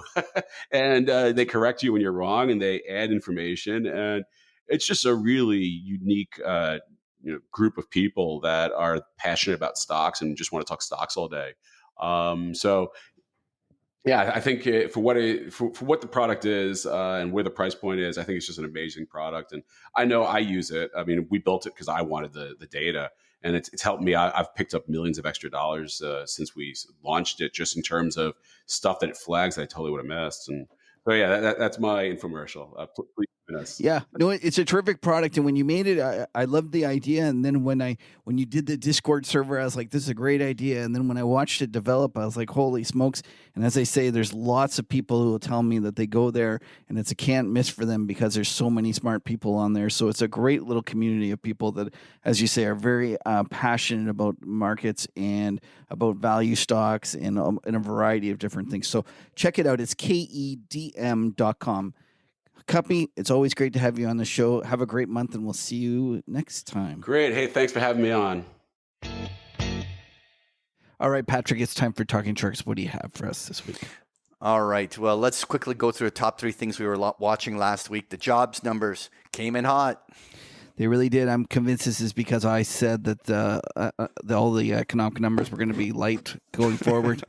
I managed to goocher it. You did manage to do it. But, the thing that you were highlighting earlier was just the fact that these numbers have been so volatile. And, the question I continue to ask is, is this just a byproduct of the fact that we're going through this pandemic and that just all the normal seasonal trends just don't stick as this is more about the hiring and firing process because of all the shutdowns and things? What's your take on that? Well, I do believe that there's a little bit of the seasonality is going to distort things, but I also think that because the labor market is so tight that people weren't let go as usual, that employers were more likely to keep them on. But you've nailed it right on the head. These numbers are tough. There's a lot of variability in it, and it's difficult to really decide if they're telling you an accurate picture of what's happening in the economy or not. Yeah. So number 2, we were talking OPEC. We won't talk oil specifically because we want to talk about it in this week's top 3. But OPEC didn't surprise. It was a little bit of a nothing burger, no doubt about it. Well, I mean, the price is moving, but certainly not the expectation. Not from the OPEC results. Exactly. And the U.S. dollar, that breakout that we saw the week before was pretty legit, but the ECB just took care of that very quickly, didn't they? It was just one of those things. The moment that I start worrying about the U.S. dollar and start thinking that maybe I should get long is the moment that You goochered it for me. You goochered it for me, buddy. I just, I have never made any real money long dollar, and I know everyone else does, and it's a great trade when things are really going bad. But for me, it's just one of those things that I don't like being that way, and it just. You know what though? I do want to highlight. Okay, so let's quickly just punch up the euro, and while the euro did reverse the entire January sell-off on the upside, when you really step back and look at even on a weekly chart. It's going to take a little bit more work to become a new uptrend, but it is. I completely agree, Patrick. All it did was pause the downtrend. That's all you can say in the big picture. This is just noise, and I'll be the first to admit that. Yeah. It just when you're putting that in there that you should be watching, and then that happens. It's kind of just unfortunate for me. All right. So what are you watching for next week? Well, let's get to the top 3 things to watch next week. And one of the things we wanted to talk about is those front end yields in the bond markets, and just what a move this week, right? I had nothing to do with the ordering, but if I was ordering it, I would have put this as number 1. I think that the global front end yields are going to mean everything. And we saw just a complete carnage in the Eurobar. I don't know how to say that. Basically, the German and the European front end. And it really did set the tone. Well, we're going to talk about it here. So let's start. Yeah. Well, you can go with the German.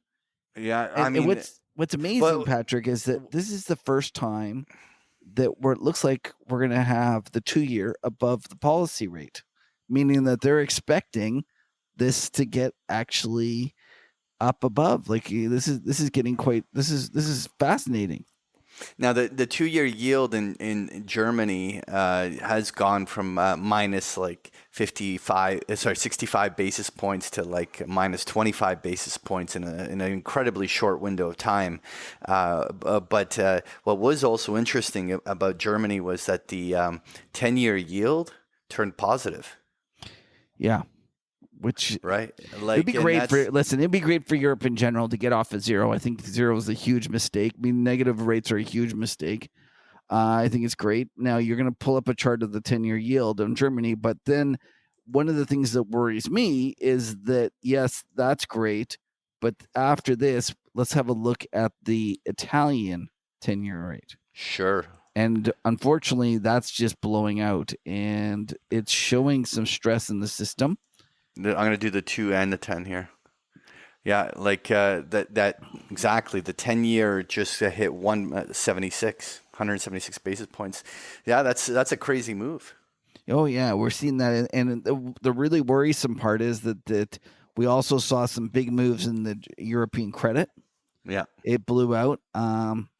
I was kind of surprised the market shrugged everything off on Friday as well as it did, given the continued moves. Do you think that this, I think I saw the headline from Bank of America basically saying that this could potentially drive even a recession.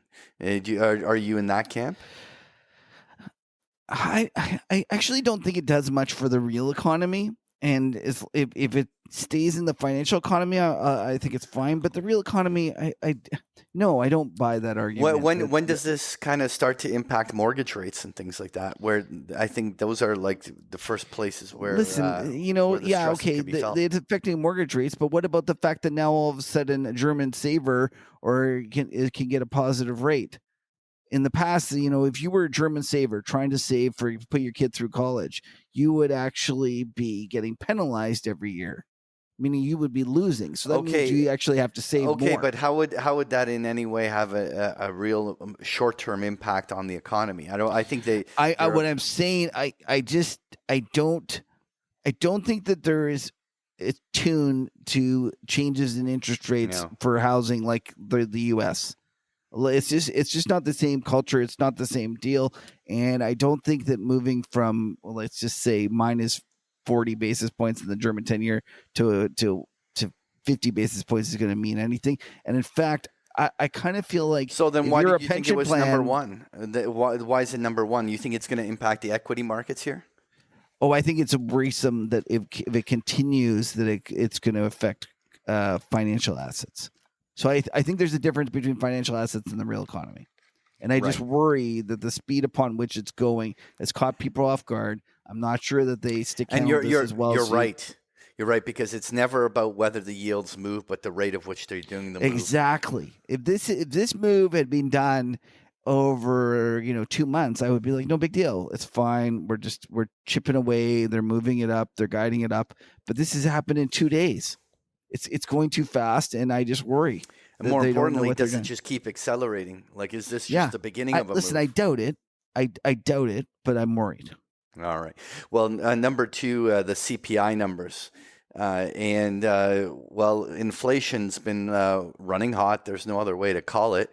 This is the annual inflation rates here on Trading Economics, and we're at that 7% level here on this chart. But are we? One of the things that I keep looking for is when the rate of change of this is going to start to slow and turn. I don't think inflation necessarily has to collapse anytime soon, especially when oil is printing where it is. But the question here is does this run out of steam, or is the fact that oil's running the way it is mean there's more of this to come? I am worried the fact that energy just refuses to give anything up. It's going to be worrisome. Lyn talked about that a little bit, and no doubt that it's due to pause. But if oil keeps going, it'll be a problem. Right. And so number one, well, since we're on it, does oil go parabolic? I mean, one of the things that we've talked about on numerous occasions is the acceleration of slope on a chart. And there was a very distinct channel that was a very steep rise of oil already. And typically you get market corrections after these kind of moves. And instead of correcting, it just blew out through the top of that upwards channel And when we've seen commodities like lumber or any of these other ones do these kind of breakouts, that leads to some sort of capitulating top, like just something that just blows off. And the question is this the start of some sort of an upside melt up that we could see $100 blown out in a week? Yeah, one of those things where we'll end the week lower, but before we do that, it'll ticket $100. It might be one of those things. All I know is, in my mind, this is the number one thing to watch. I know yields are important in your mind because eventually they would stress the market. But I also think if oil's blowing through 100 in a few days, that could also really make the market nervous too. Yeah, no doubt. But the thing is, for all those energy bulls out there, you should be scared now because does crude go parabolic as the number one thing to watch. So probably going to collapse. All right, well, let's talk markets, buddy.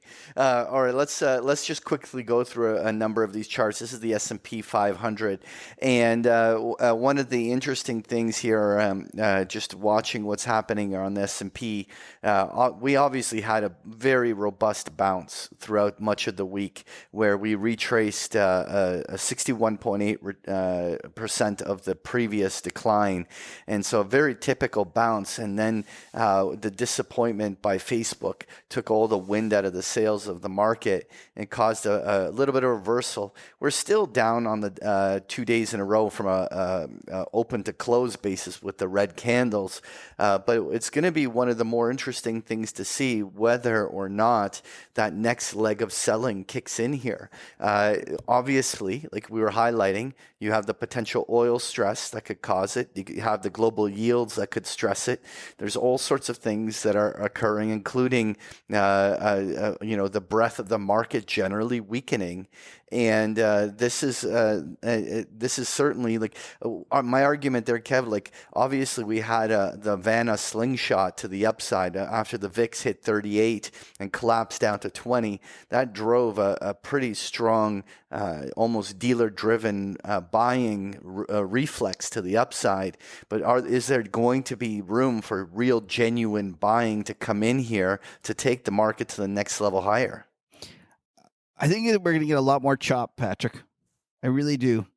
I think it's going to be one of those things we're going to be up 5% on the year, down 8, back up 6, down 4. Like I just think it's going to chop around. It's going to neither bulls nor bears are going to be happy with this year. That's how I view it. Well, I'll tell you right now that if we start the week without the bulls being able to put some sort of upside follow through, a double bottom retest of 4,200 or even 4,000 on the S&P in the month of February on the table, and that doesn't have to be some big bear market or some crazy thing.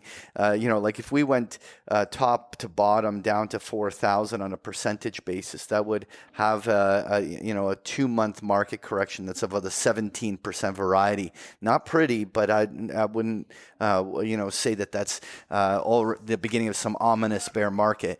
But I think those are very immediate risks to the downside.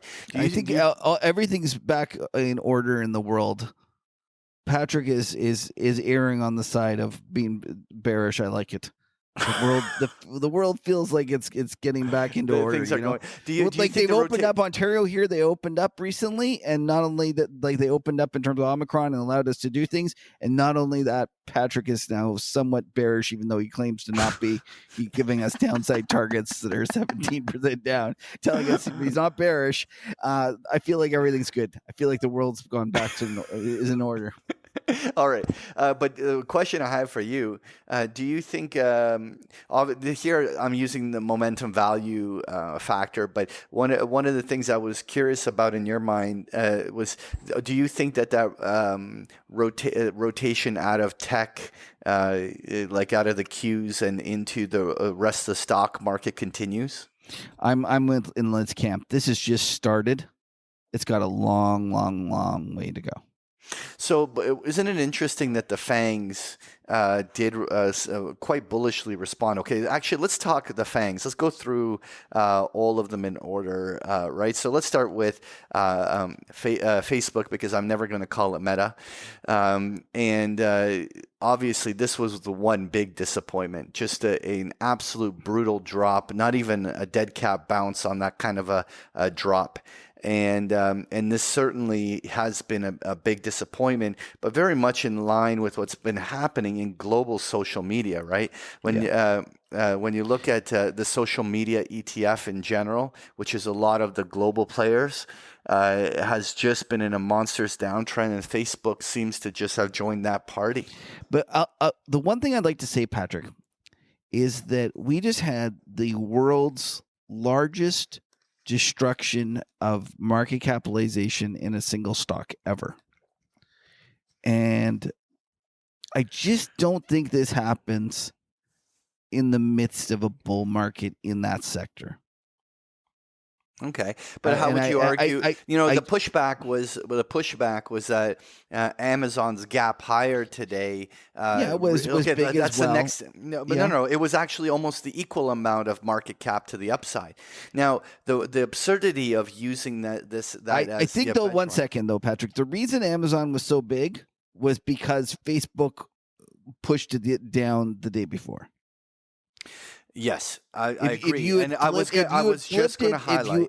Sorry, go ahead. I was going to highlight the point that we are traded within the same trade range that we were trading at Wednesday. Yeah. So the fact is that Facebook spooked everyone, caused a huge gap down in Amazon, and Amazon just gapped back up to where it would have been trading if investors no Facebook. weren't Facebook. Like, imagine if you'd flipped the order of the releases.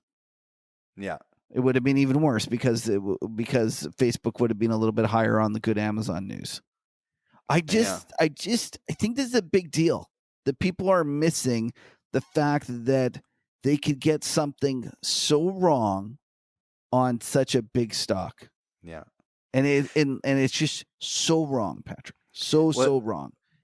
But let's put all of the FANGs in perspective. Okay, so like Apple had a great earnings. Apple's part of the reason that Facebook had such a bad earnings. The whole thing about them forcing people. I don't know the whole 9 yards, but somehow they made it so that it's more difficult for Facebook to advertise. Yeah. They're in essence, stealing it, and they're not stealing it. They're making sure that the money stays within the Apple ecosystem. And I've always said, Patrick, that Apple, out of all of the big 8, the one that I wouldn't want to be short is Apple. Okay. That thing, it's well run. It's not promoted. And it's got a monster moat. Well, the problem there, which is we're going to Gucci for everyone, because I agree with you. We actually went long Apple in big picture trading and clipped that upside move. So good for you. Well done. You're just Gucciing it now. No, but I have no position. You're fine. Oh, okay, fine. Moving on though, the other FANG that got really hammered was Netflix. Yeah, that was a pretty decisive gap lower the other week, but it's such a mixed bag, because then like Microsoft was a kind of a wash. It's been generally weak, but it didn't really get murdered on its earnings. But it's certainly one of the weaker ones. But then you take Google. That one gapped right to the top end of this range and is holding up along those highs. Nancy Pelosi's looking great on this one. It's such a mixed bag with these FANGs, isn't it? It is a mixed bag, but I'm going to say it again. I really think it's a bigger deal than people realize, that the market got it so wrong on Facebook. And I think that we're going to look back and we're going to say that was the start of the market coming to terms with the fact that maybe these things weren't as bulletproof as everyone thought. Yeah. No. What else I wanted to highlight? The asset that shall not be named actually had a pretty big breakout candle. It had a ripper today. Yeah. It just a ripper. Now listen, we're like the world's worst. We have no idea what's going on. But I did read. Actually, I think Kuppy told me. Let me just grab my thing where he said, Look at this thick crayon drawing right here. I mean, that's a pretty distinct breakout candle. yeah. And not only that, you could trade it all weekend if you wanted. Right? For sure. By Monday.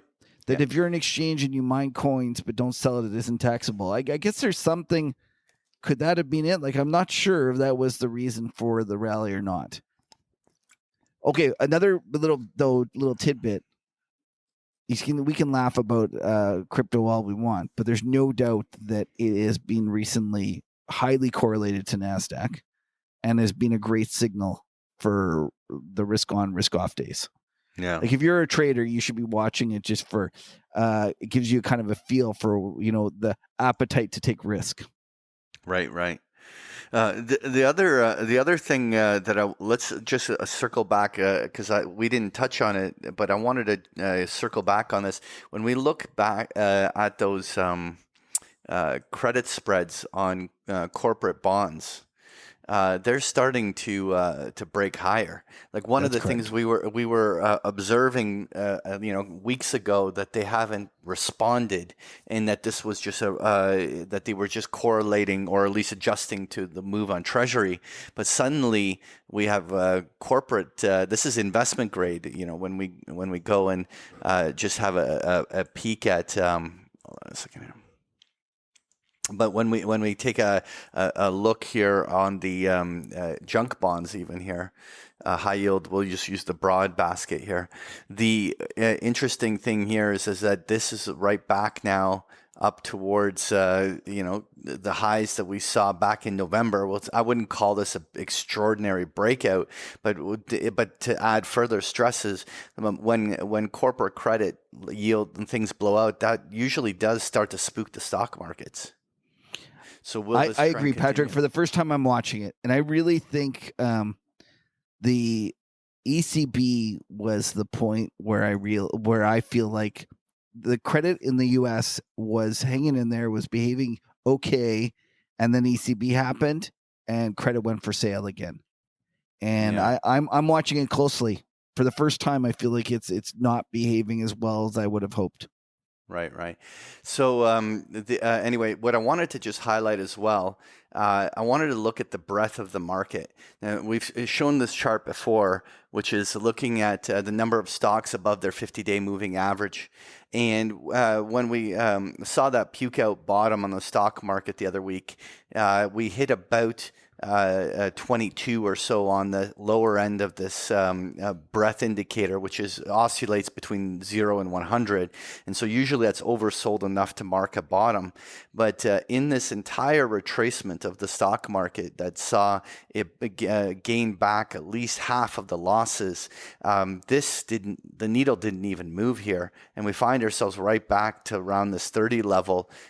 Just the breadth of the market isn't recovering.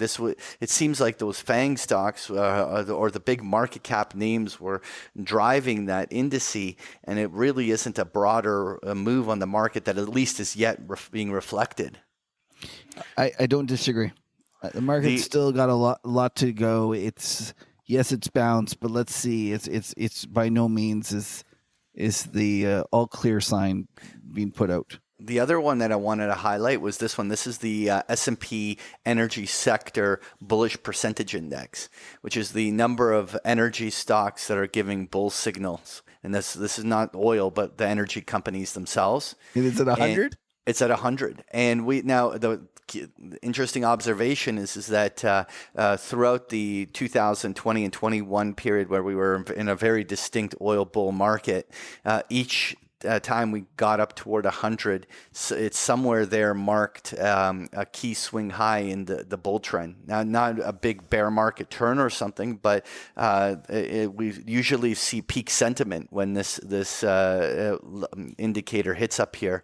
And so it's interesting that this is when we're up here at the same time as oil seems to be wanting to do some sort of parabolic move. So wouldn't it be interesting if we saw that scenario that we talked about happen, which just blows through 100 on the upside in a few days, and then just some sort of bigger correction just kicks in afterwards, and everything. It's interesting because a lot of these energy stocks simply were not responsive. Let's use XOP as an example, but prairie dogged its previous highs. Left that shadow along that overhead resistance. If oil's ripping, you would have thought the money would have been dumping into these energy names with some more velocity. I'm with you, Patrick. I'm being worried. Greg, one of our Twitter friends there, he says, just heard on BNN, analyst says buy Canadian oil stocks with reckless abandon. Oh no. Yeah. And then barrel eyes are out. That's what he asked. He says, is this the equivalent of barrelized? I don't know. We still have to see some real barrel eyes. I'm still waiting for him. But you know what, though? I have to say, though, energy stocks did not respond to the last 2 days. We had big crude oil movement, and the energy stocks seemed to be heavy. You would think that this would have gotten the froth going and would have had people grabbing at one of the few sectors that are working. Yeah, I guess you're right. But they've gone a long way, and Exxon, I don't know. It's tough. It's tough, but I do think it's interesting how it's 100% and lots of bulls out there. It scares me. You know me. I don't like. You don't like the crowded trades. I don't like the crowded trades. I'm just I don't go swimming when the pool's full. All right, that's all I got, Kev. That's all I got. All right. Okay. Okay, let's move on. Time for skin in the game. All right. So I got you. Are you sure? Because we'll talk about it right here. So we were asking whether that natural gas, the April contract, was a prairie dog, and I used the 430 level as our pivot for this. And while we did have a pop and drop, it did not fall back into the range, right? So I intentionally chose 430 because to be a prairie dog, it would have had to have given it back. Oh, right? Okay. And and it just continued into the middle of the week and started selling. So it could, in the bigger picture, be a prairie dog, but not within the criteria of the 1 week that me and you made this bet. So let me tell people about what this skin in the game is. It's our weekly opportunity for us to demonstrate that we are degenerate gamblers at heart. Every week, one of us presents a wager, and the other one chooses which side of the bet he wants. Every wager needs to settle by next episode, and the currency for the wagers is as follows. A Duke and Duke, although we got to come up with a new name because Patrick brought by a crisp Canadian $1 bill, which is not a loonie. It's a Canadian $1 bill. It was awesome. All the young people from America were like, what the hell is that? They had never seen one of those. Did you notice that? Yep. And it's a shocker. Yeah, so we got to come up with the Duke and Duke, like the Gord and Gord. Actually, I'm going to call it a Gord and Gord from now on because I think Gordy is the most Canadian name ever.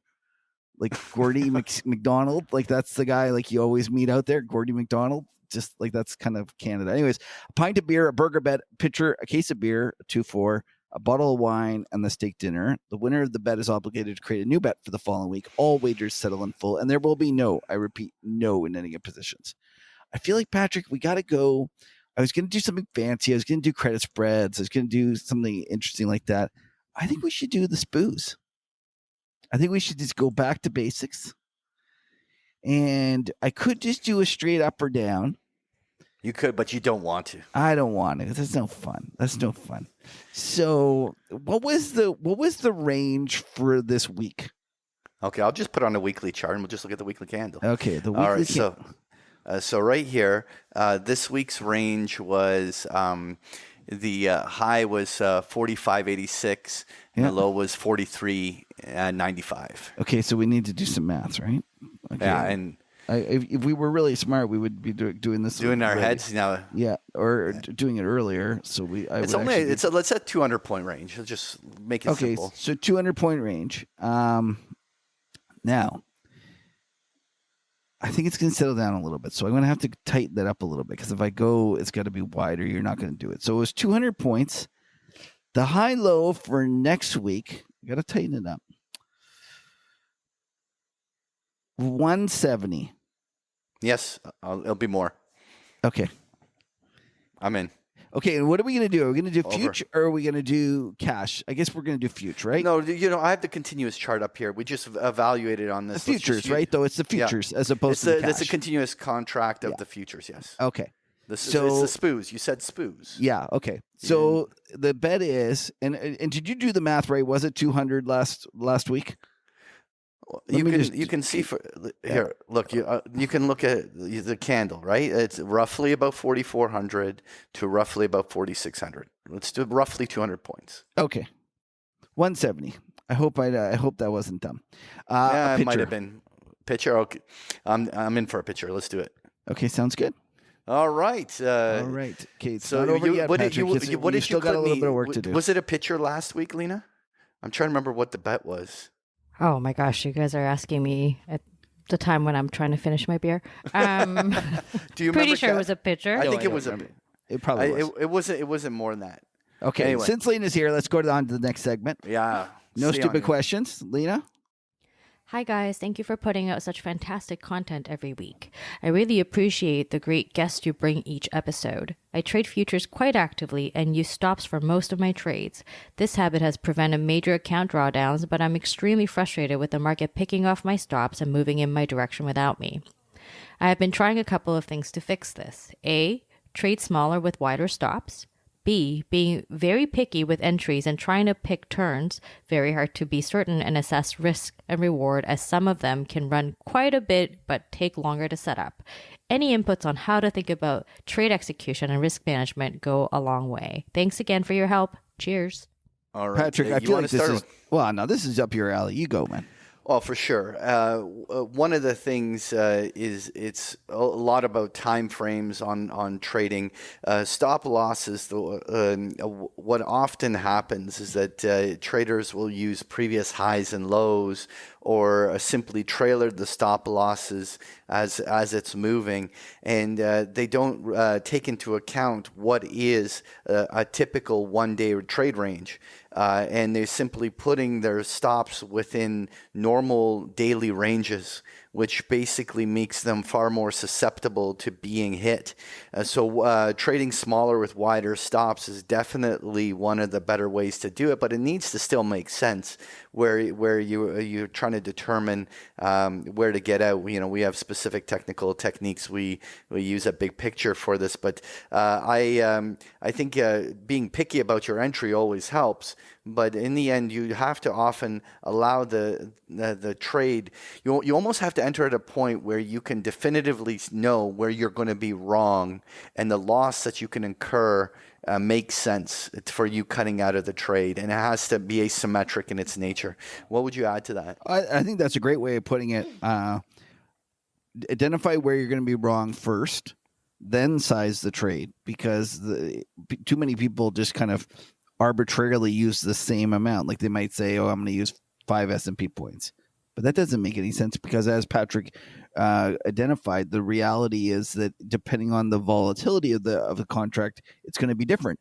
And one of the things to think about is, as the nature of the market changes, as we go from a high vol to a low vol environment, as we go from a trending to a choppier environment, all those things need to be taken into account as well. And the final thing I'll just say is that if it's obvious, if you're picking a stop that's obvious, there's going to be guys like, I just think about Jimmy Jude. Jimmy Jude is a floor trader. He's super sharp. These people, they understand. They're out there looking for those stops. If they get a chance to run them, they're going to go run them. That's part of the game. So you almost have to try to be like next level thinking. You have to say, okay, this is where obviously what the stops would be. So I'm going to have to assume that they'll take it up there, stop me out, and I almost should be thinking about stops above a certain level. Final thing I'll say, Patrick, I used to make a strategy that I would call it a stop with a time limit, meaning that I would have a stop, and then when it got hit, a countdown would occur. And I would choose, let's just say, I would choose S&P's 4,500 with a stop of 20 minutes. So if it went up to 4,500 and traded above there for 20 minutes, then I would get out. And the thing so you're that is, avoiding obviously, I'm opening myself up to much greater losses, but that is one way if you're thinking about it from a longer kind of an ability to not get shaken out. Anyways, just some things to think Well, of. for sure, because a lot of times there's just very short-term liquidity events that occur over minutes and then normalize. And if you have a hard stop sitting in there, then it's very likely to be washed out. You almost want to make sure that you're definitely wrong with the price staying there for a sustained period of time, right? All right, Lena, next one. All right, second question. Hello, I recently joined the hashtag Canadian Oil Mafia on Twitter after doing an extensive dive into the supply and demand situation of the oil market. I couldn't be more bullish. Insert rocket emojis here. Because of this, I backed up a portfolio truck and jumped head first into the deep end of the Kuppy Kool-Aid pool. I am now swimming with a boatload of Kuppy calls, CLZ 500 strike, and financed them by selling the $50 strike puts. This guy must be from Texas. The Texas hedge. That's a Texas hedge. Selling the puts to buy the calls. Yeah. I am concerned in an environment of extremely high oil prices, the Biden administration could pressure the COMEX to increase margin requirements on crude oil to punish, quote unquote, evil speculators. Given my leverage, a temporary liquidation event could throw me off the trade. I know the COMEX increased margin requirements on silver back in 2011, which marked the top in the rapid run-up. Am I crazy to think the COMEX could require 25, 50, or even 100% margin requirements on the crude oil contract? What can you boomers tell me about how the COMEX responded in the 70s? Oh, the joys of running too much risk. Oh, that's hilarious. You take this one, Kevin. God, I can't say that we're not boomers, but I will say it because it just encourages them. We are Gen X. Okay. This is the reason I chose this question. First of all, it's funny as heck. But second of all, he is spot on correct with his analysis that this is a potential problem. And this has occurred. And not only has it occurred in terms of raising margins, they've also forced people to liquidate. Obviously, the most famous one was when the Hunt brothers cornered silver.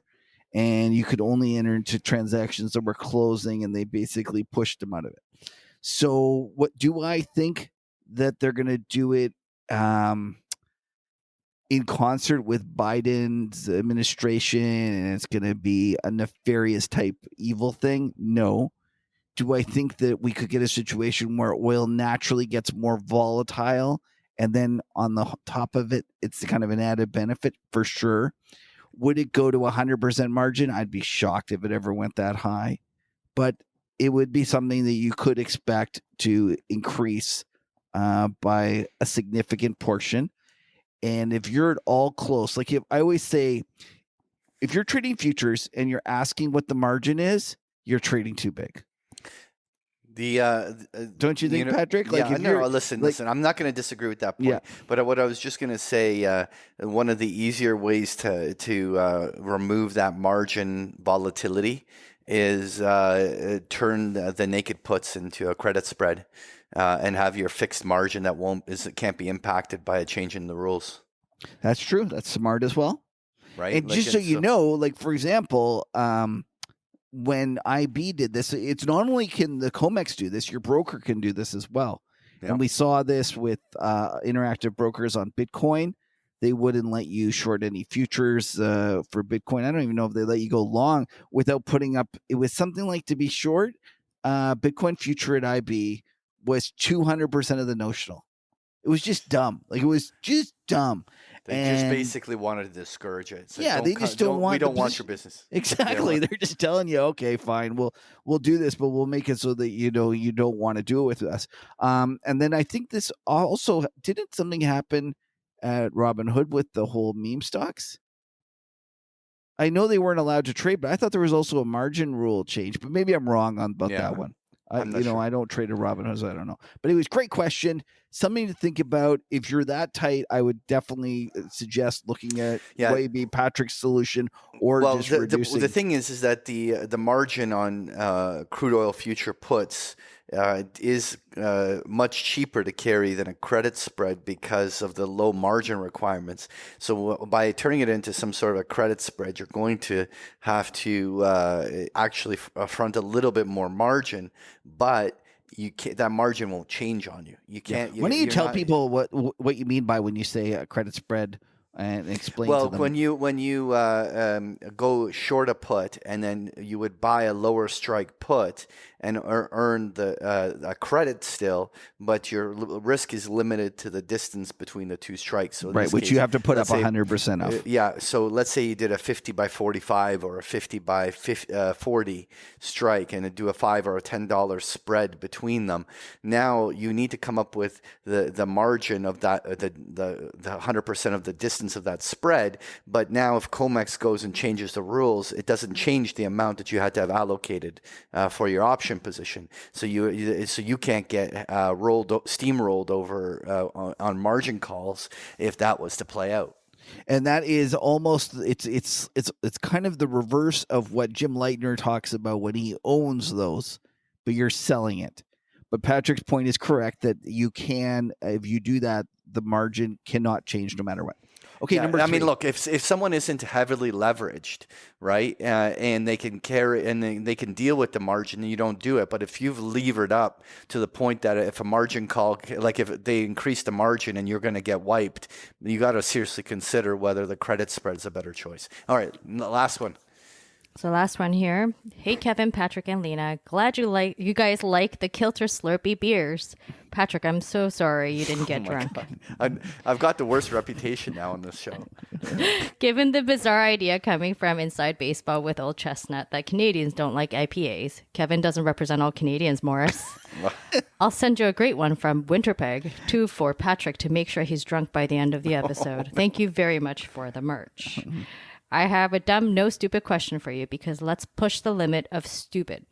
When Morris used to be a regular guest on your show, I thought the picture of him on YouTube showed him with a bit of gray hair. Makes sense. He's in his early 60s. Who wouldn't? On the recent holiday special, his hair in the picture was jet black. My question is, does Morris use Just for Men?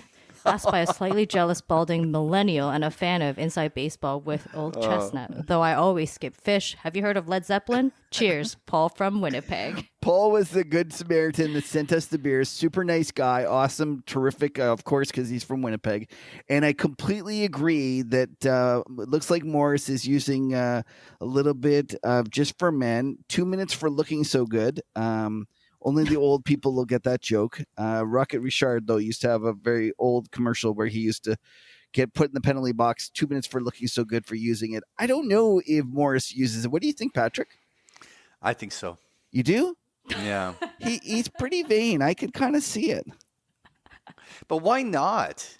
Why wouldn't you use it? Well, listen, I don't have any hair. Listen, so some people can own that salt and pepper look, but for others, Hey, there's no shame.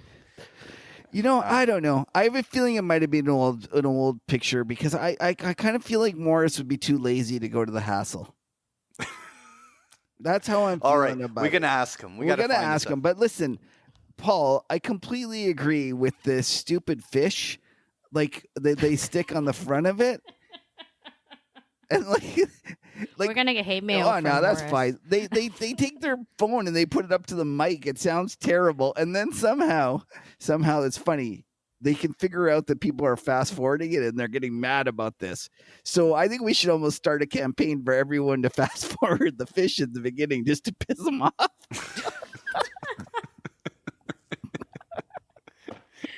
All right, I'll be the first to sign the petition. They're very upset about this fact that we're not listening to the Fish. And I kind of feel like Fish is one of those bands. I've tried to listen to them and I think I should like them, but I just don't. And I feel like you have to go to the concert to really become a Fish fan. Don't you think? I agree. Like it's like kind of like my argument about the Tragically Hip. If you don't like them, you haven't listened to them loud enough or live. I feel like Fish, if you don't like them, you just haven't been there. And I really question whether the reason all these people like the Fish is because all the drugs they take make permanent different connections when they're there at the Fish concert. It's like, I like how you call the Fish. The Fish. Do you know The that they Fish. actually have the longest song ever recorded? It's like it's 70 minutes long or something. Oh gosh. Like, can you Not imagine going to a concert and then bad. playing the same song for 70 minutes? Oh, I'm sure that song goes all over the place. I haven't heard it, but There's no way that it's not like it's on repeat. Anyway, enough. Anyway, Lena, if anyone's got questions, where can they submit them? So if you have any questions for Kevin and Patrick, sometimes maybe for Morris and Liam, submit your questions to nostupidquestions@markethuddle.com. All right. Well, that's a wrap, eh? All right. So thanks for tuning into the Market. Yeah, of course. Thanks for tuning into the Market Huddle. We appreciate you spending some time with us. Please give us a follow on Twitter. Lena gets tired of talking to Patrick and myself. You can listen to Market Huddle on all the major networks. Please rate and review us on iTunes. Patrick, where can they find you? You can find me on Twitter at Patrick Ceresna or follow me at bigpicturetrading.com. Kev, where can they find your wonderful newsletter? I'm on Twitter at Kevin Muir, or you can go check out my newsletter at themacrotourist.com. And listen, we can never have too many friends. Bear market, bull market, we're just happy to spend some time together on this crazy ride. So thanks for tuning in. Now stick around for the after show.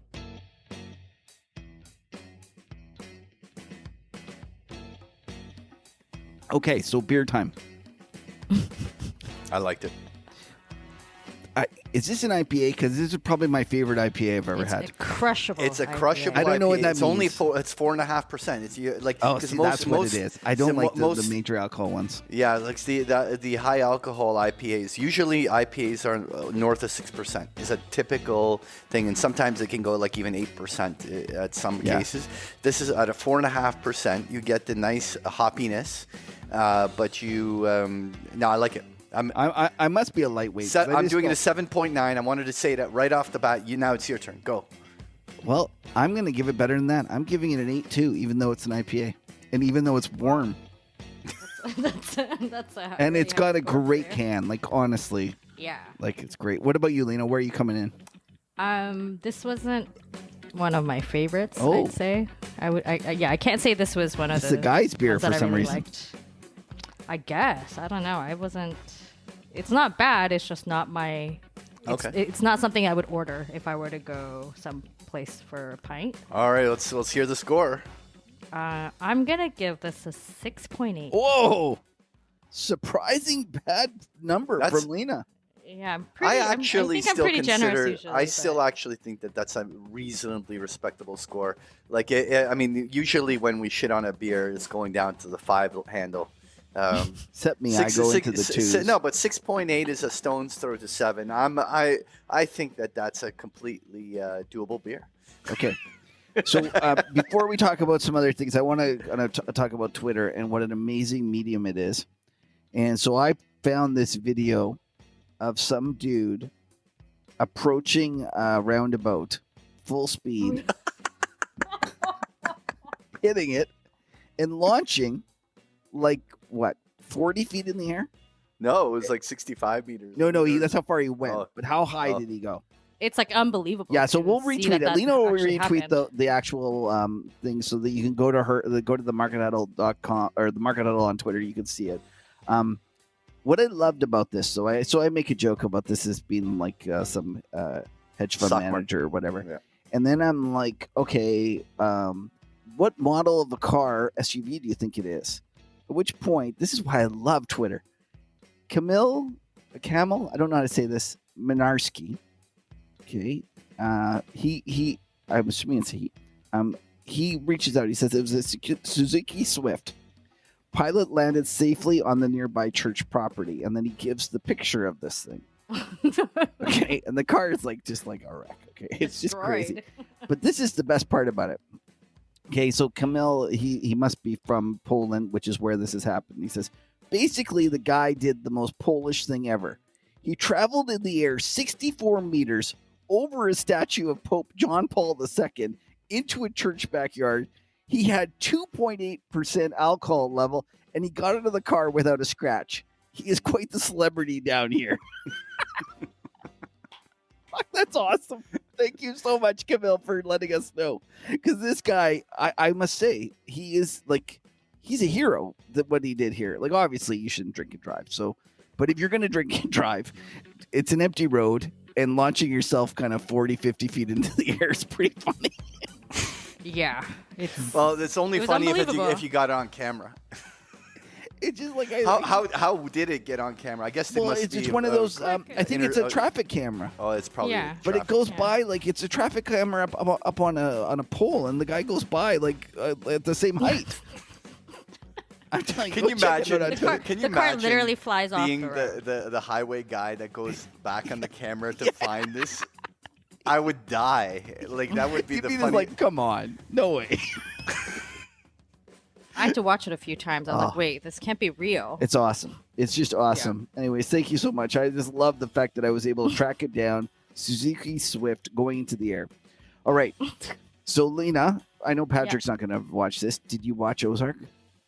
Oh, yes. Yeah. Did you finish it? Yes. I'm the same waiting way. for the last part 2 or whatever Oh, because I man. saw that the last episode or last thing was like, oh, it's part 1. I was like, oh, where's the other part? I'm actually rethinking that these companies that they give them all to you all at once, and I used to like that, and now I'm rethinking that I don't have when I really like a show, I don't have the ability to say no. And next thing I know, it's like 1:30 on a Tuesday, and I'm like, You're like, one more episode. yeah. And I just kind of like I watched it as I was doing some programming or something. I was programming and watching it, and then literally I watched I just binged it. I loved it. It was so good. Oh, it's so good. Yeah. It's so good. I'm surprised that Patrick doesn't watch it. I feel like it's something he would enjoy. I think I'll have more time on my hands. I might get around to it. No, I won't. What are you talking about? No, you won't. I just don't watch TV. Like I know it's you're not my not. thing. I know. It's not my thing. Yeah, I get it. Oh, I understand. but it's so good. It's So, like, so we do have to talk about one thing that we forgot to mention. Patrick he's not in Canada right now. He went on a plane trip, and he is such a trooper. He is so devoted to our show. He packed all the beers with him. That's right, because when you got to hit that 23 kilo mark. Exactly. I was throwing. I was like, no, I don't need extra socks. I don't need this. I don't I got need beers. that. I got the beers. Like I got to just tuck it all in here. It's How many did you bring? I just brought the 2. Oh, that's not that much. I thought you brought. I thought you brought you brought like 2 months worth. No. I would have had to deliver all of that too. No. That's So we have 2 beers. so yeah. I have next 2 week's, and then beers. afterwards, you guys are gonna have to. I'll be featuring some of the on the Exotic road beers. Exotic beers from wherever the international Wherever man it of may be. mystery ends up being. yeah. It'll be awesome. Kevin, Yes. since you're the only other one that watches TV here, have you checked out Pam and Tommy? No, so I saw it. They're No, I advertising want to it. watch that actually. I started watching it. I watched the first episode. Yeah, is it good? Oh, it's good. Really? I liked it. Who? Wait. Who was? Who's the actor? For who plays Tommy Lee? No, Pam. Lily James. Lily James. Lily Yeah. James. I think she's usually like a goody two shoes in most movies. I think. I don't know if I'm thinking about the same actress. Okay, so CNN says this: the greatest love story ever sold. Reads the red flag of a tagline for the new Hulu series Pam and Tommy, and then the one word they have to describe the title of this article is say, "I can sum up Pam and Tommy in a single word." Now, what do you think the word is? Oh, I don't know. No, I'm dying to hear. What is? What are? What is it? Gross.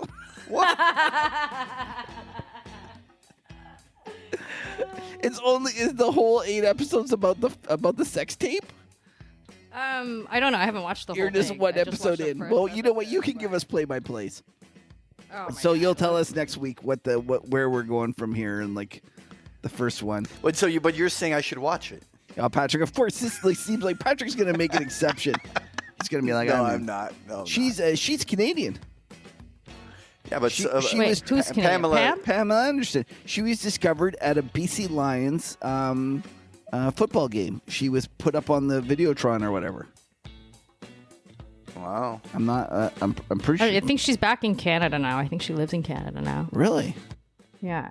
Oh, well, there you go. Anyways, that was the first sex tape ever, right? Like that was before all these other ones. Before all He the, was the pioneer of sex it tapes. was though. I'm pretty sure it was. What year was it? OG sex tape. Oh, I don't know. It's- What year was that? got- I was probably too young. Okay, we gotta look It's this like up. 90 something, 97, 95, 97 or something. How did we see it even? Like the internet didn't even exist. We must have like passed it around on VHS. We must have had like a VHS running going around. There must have been. What do you think? Okay, let's figure out. Did you ever see it? No, actually, no. No comment.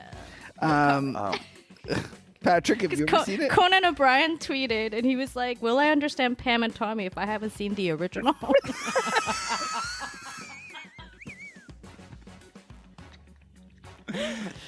Okay, so let's see here. Why don't they have it on Wiki? No. Seth 1998. Rogen's in it too. No, wait, I can't Okay, see. I'm 98. too, 96.